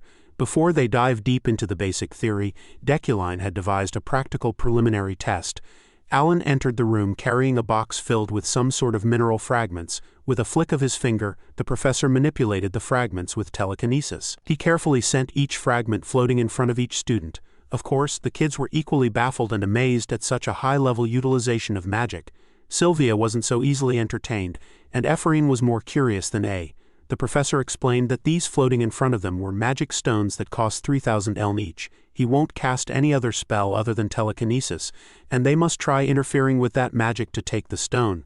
Those who succeed may keep the expensive material for themselves. At the mention of making money, Ephraim was hyped beyond comprehension. She's just like me for real. She would have screamed and shouted if her friend wasn't there to knock her down a peg. Deculein pretended that he didn't see such wild behavior, and he explained that blocking spells is just as critical as interfering with them. And so the practical preliminaries started, and every student tried their own method of extracting the magic stone from the telekinetic grasp. Silence filled the room as everyone was completely focused on their own stone. Deculein was able to stop a train from free-falling last time, but it hasn't been long since he memorized beginner-level telekinesis. He intends to use this test as a form of practice to familiarize himself with finer controls. At the same time, he's curious if his telekinesis could hold up against 150 debutante mages. Not to mention, this place houses only the most talented prospects all over the empire. 2 in particular stand head and shoulders above everybody else. Ephraim was solely focused on getting that damned magic material. Her scholarship funds are almost drained, so this stone would supplement her wallet nicely. While she is laser-focused on the cash, Sylvia is focused on beating her. Deculain's claim that Ephraim taught herself to overcome her own weakness still lingers in Sylvia's mind. Fueled by the desire to prove that she's no slouch, she refuses to lose. One is motivated by money, and the other is motivated by the desire to prove herself. Who will win? While the two were competing for first place, the rest of the class was struggling a lot. Most of them are trembling and feeling the pain of the spell keeping their grubby mana out. Alan praised his boss for not even faltering despite competing against 150 student mages. A lot of time had passed and no one had succeeded in cracking his magic. Truthfully speaking, Deculein is starting to feel the strain of keeping telekinesis up. He didn't know that his debutantes would put forth all their effort to the point of bleeding out their noses. Finally, he felt one of his magic stones crack away from its telekinetic shell. The first one to succeed was the golden prodigy Sylvia von Josephine Allard. Upon accomplishing what everyone else was struggling with, she immediately turned her attention to Ephraim. Seeing that she was still in the process of trial and error, Sylvia smiled with confidence. Today, she is the winner in this one-sided rivalry. Suddenly, the professor's towering figure moved to her desk. Deculein personally congratulated her for claiming first place. He already predicted that Sylvia could do it sooner or later. The question is whether anyone else would be able to interfere with his control. Just as he was about to call off the practical on account of everyone's inadequacy, he was surprised to sense another one succeeding.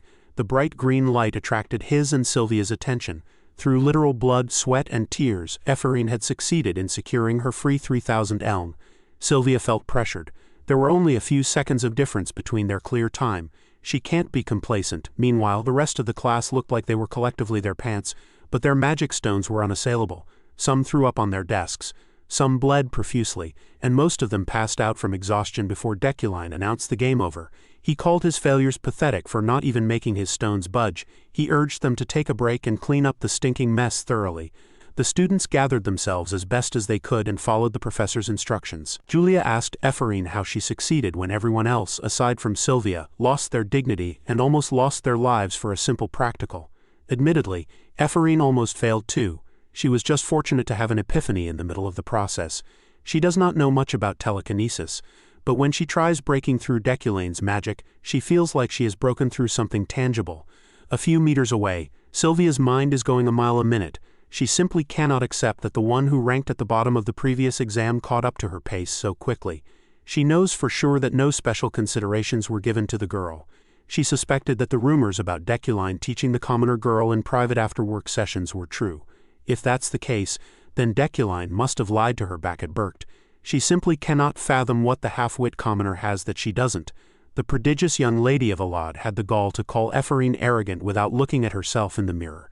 After all the puke and blood were cleaned up, the debutantes returned to their seats in better shape. In that warm-up practical, everyone tried their best to perform magic interference, but missed out on the easiest way to stop his telekinesis. The two people who were successful might have an idea of what he's talking about. The method is hidden in the mana. Instead of the spell itself, one must interfere with the opposing mana. Unlike the commonly known methods that consist of blocking the demonstrated magic, mana interference is all about understanding the specific spell and disrupting the flow of mana. It sounds simple on paper, but there's a glaring reason why this method is not universally utilized. It has a big limitation. Mana interference only works if the user knows a lot of magic circle formulas by heart. You can only interfere with mana on magic that you know intimately. It is not a practical way in the heat of combat. In most workable situations, barriers are simpler and faster to use for defense. A solid block can be followed up by an effective counter. However, the professor intends to use this semester to properly hammer in the concept of mana interference into their bones. No pain, no gain. First, he gave them the crux of the technique itself. One must figure out a wide array of magic circle central circuits. These central circuits are formed based on the type of magic used, be it destructive or supportive. It also factors in what elements are being used. In other words, figuring out what central circuit the opponent is using at any given time would give them a free pass for interference. Once they familiarize themselves with this concept, the more complex magic interference should become easier. With that in mind, today's lecture will be focused on the central circuitry of commonly used magic circles. To demonstrate, Deculein displayed the magic circle of the spell called Stormblade, all a destructive type of magic with a circuit that combusts from the inside out. He moved on to demonstrating support magic and so on and so forth. Meanwhile, his students were locked in, latching on to his every word and voraciously taking down notes. After 2 hours of non-stop show and tell, Deculein turned to look at the clock and saw that it was time for dismissal. There's still a little more content they haven't covered. But time is up. The debutante simply wasted too much time on the practical earlier, plus the cleanup that ensued after. For now, they must rest and absorb what they have learned. Midterm examinations are coming up, and he will conduct an open practical before that. He warned everyone to study hard and commit to what they learned to heart, for it will be important down the line. He bid his students farewell and left. He's not one to linger when the time to clock out arrives. He's not doing overtime without getting paid. Oddly enough, his class hates it when Deculein ends his lectures on time. To them, it feels like being stopped halfway through a good poop session. As usual, Julia barely absorbed any of what the professor imparted, and Ephraim was lost in thought. Today, the wild commoner girl felt closer than ever to a huge epiphany. It's difficult to put into words, but she felt significant progress in her magic. She was having a nice day up until the snitch from earlier came to seek some more trouble. Beck, the ugly rat trying to cosplay as Deculein, did not even hide his disdain for the peasants. This time, the girls are not opposed to barking back at the Beck had been all up in their business lately. He even brought Professor Relin in just to cause trouble the other time. He's simply a jackass getting overshadowed by commoners. It infuriates him that low-ass people are doing so much better than him in class. Today, Ephraim is in a good mood, so she doesn't want to sully it by stooping down to the rat's level. That's what she was thinking before Beck brought up her family. He asked where she got the resources to bribe the professor to favor her when her house didn't have a penny to their name. This time, she's rearing to bust some ass and tear some smug noble's face off. Beck continued his provocations, bringing up the rumors about Ephraim's private lessons with Professor Deculein after hours. Naturally, she vehemently denied such scandalous allegations. Not far from the commotion, Sylvia was listening intently. If the rumors are not true, Beck demands a proper explanation for how a half-wit who didn't even come from the academy managed to outpace everyone. The smug bastard reckoned that the professor must have felt pity and gave the poor girl the mana stone as a gift. Since she has no home, a broke-ass orphan with dead parents can only scrape by through miserable means. At this rate, if Beck says one more word, Ephraim might lose control and commit murder right then and there. Refusing to back down with an air of arrogance, Beck dared her to make a move. Sylvia watched even closer as the conflict rose to its climax. Ephraim would have torn through Beck's conceited face with her bare fist if Julia wasn't there to keep her level-headed. She reminded her friend that another punishment would essentially spell an end to her career before it even started. At this important junction, Ephraim remembered the professor's advice that mages should maintain a cold and calculating disposition at all times. So she tried her best to rear in the rage and stayed her hand. She smiled and thanked her friend for keeping her grounded. She was worked up, but she's okay now. Ephraim just goes a little crazy when trying to converse with idiots, so she apologizes and pretends as though Beck doesn't exist at all. She led the way and invited Julia to get something to eat in the cafeteria. From a few seats away, Sylvia quietly observed and re-evaluated Ephraim in her mind. Sure, the wild commoner girl managed to hold her temper, but that doesn't mean she's no longer pissed off. She really wants to teach that Beck a lesson he will never forget. Just as she was thinking of ways to deal with the elitist bastard out loud, she came across the golden prodigy, seemingly waiting for her to pass by an alleyway. Sylvia opened her mouth without a hint of conceit and asked if they could talk in private. Ephraim had no idea what this invitation to talk could possibly mean. She asked if Sylvia was trying to throw her hands again. Today is not the day for that, so if that's the case she'll pass. Seeing how unreceptive she was, Sylvia just went ahead and asked her question of whether Ephraim was being tutored by Deculein outside of school hours. Of course, this allegation offended the commoner. She took it as another noble trying to pick a fight. The rumors don't even make sense.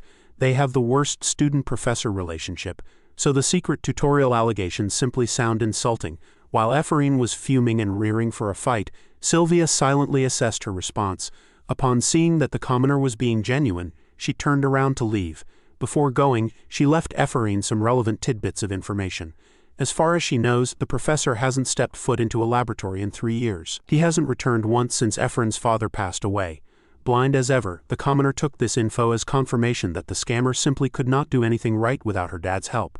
He was a genius after all. Since Ephraim was so confident in her assessment, Sylvia asked if she knew that Deculein had been going to the lab every day for the past 3 months too. He cleaned the entire area, chose and hired an assistant, and even brought some new magical tools for research.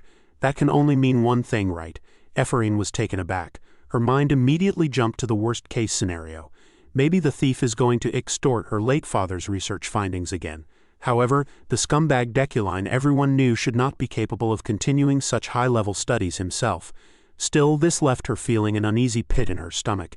In front of Sylvia, she simply dismissed the matter altogether, projecting that this did not affect her one bit. Ephraim claimed that whatever the professor is trying to do in his lab is his business, and debutantes shouldn't pry.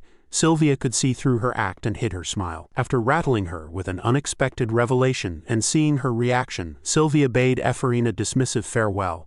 The commoner was left to ponder the possibility of her father's legacy being exploited beyond his grave. Several days later, the continuation of the previous lecture commenced. The debutantes slowly petered out of the building and into the training field. Afterward, they neatly lined up under the sun for unknown reasons. None of them had a clue about what the professor was cooking up to require a class to take place outdoors. While everyone was wondering what was about to happen, Beck deliberately bumped into one of Ephraim's commoner buddies, making sure to knock her hard. This time, Ephraim was the one who had to rein Julia in to be the bigger person and let the offense go. A moment later, a calm and commanding voice demanded silence so he could start the lecture properly. As Professor Deculein mentioned before, today will be the last practical before the official midterm exams. With a snap of his fingers, he properly introduced today's lecture style. The tapestry hiding the stands fell from their clippings to reveal a sold-out crowd of spectators. As a surprise, the debutantes will undergo a public practical in front of countless people. Ephraim and the commoners had never seen such a large crowd gathering before. Deculein elaborated that the students will all demonstrate magic combat in front of all these watchful gazes using whatever magic they can manifest in their arsenal. The debutantes will fight each other. They will be required to properly showcase at least 3 forms of pure elemental magic. The wins and losses don't really matter. They will be scored on the quality of the fight and how well they conduct themselves within the rules. Deculein will personally observe and write down each debutante's strengths and weaknesses. He can only hope that most of these kids can use those notes as a foundation to improve their craft. In addition, Professor Relin will carefully officiate to prevent any serious injuries. With such a capable mage watching, they are free to go all out without restrictions in place. Without further ado, Deculein kicked the public practical off with the first matchup. He called on to a random kid, Eurozin, and asked the flustered debutante who he wanted to go up against in the ring. The random kid picked another random nameless kid, and the two inched their way to the stage for everyone to ogle. Finally, the inconsequential first fight began as soon as the professor gave the green light. The fights came one after the other. The magic matches were high quality and progressed quite smoothly.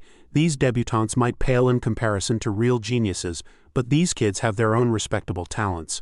On the sidelines, the professors pay close attention to the stage for officiating and scoring. At first, some of the students were moving quite awkwardly due to their unfamiliarity with real battles. However, their inexperience forced them to focus more on their magic usage. A few bouts in, a massive explosion nearly vaporized the arena with devastating heat. Sylvia was simply in another stratosphere compared to her peers. Beck and his goon buddies laughed on the sidelines. They've been obnoxiously reacting to every commoner on the losing side of the duels. Beck suggested that those who were lost should quit magic and clean his garden instead. Ephraim is keeping an eye on these cruel bastards. They've been deliberately speaking at high volumes without fear of retaliation at all. As one of her commoner friends stepped out of the arena with a limp after a decisive defeat, Ephraim offered some upbeat and comforting words. Finally, Professor Deculein called on a familiar name to step up to the plate. The rat, Beck. Upon being prompted to pick his opponent, the kid smugly smiled and scanned the debutante lineup. Without hesitation, he pointed at Ephraim and chose her to be his duel partner. Instead of feeling fear and uneasiness, she felt tranquil. Truth be told, this is the best case for her. Now that she's about to face off the kid who's been terrorizing her friend group nonstop, she cannot wait to tear him apart and get good grades from it. Before officially starting, Beck hurled some trash talk in her direction. He joked that there's no one here who can secretly tutor her now to get the dub. He's still clinging to that weak-ass rumor. Ephraim could not help but start to think that talking must be what passes as basic manners for spoiled nobles. Then she hit him where it hurts. Ephraim called Beck out for trying to copy Deculein's style and failing miserably. Upon being called out in front of countless people, the kid squirmed with discomfort. Without giving him a chance to recover his composure, Ephraim activated her first spell, shining a green light across the entire arena. She intends to show Beck that his whack fashion matches his lame magic. With the thick air of animosity between the two, the next practical duel had commenced. Beck summoned a bright light magic circled in his palm and quipped that he'd help Ephraim meet her parents in the afterlife. She was a tad too slow to properly block parry or counter the fast attack.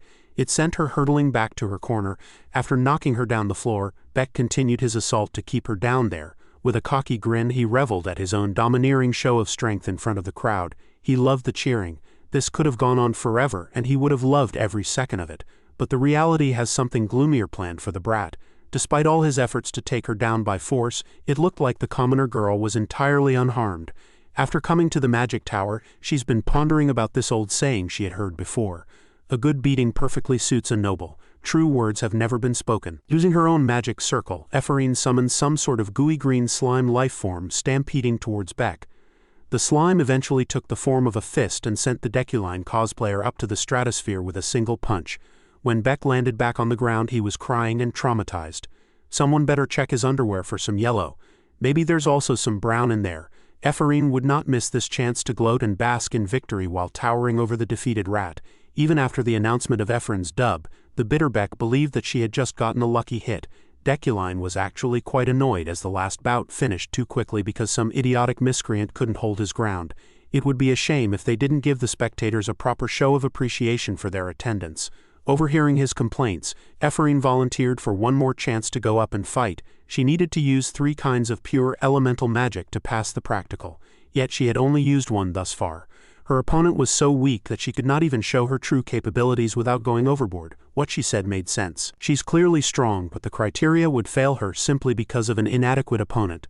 So, the professor caved in and gave Ephraim a pass to challenge another person for a duel. Without hesitation, she raised her hand and pointed at Deculein.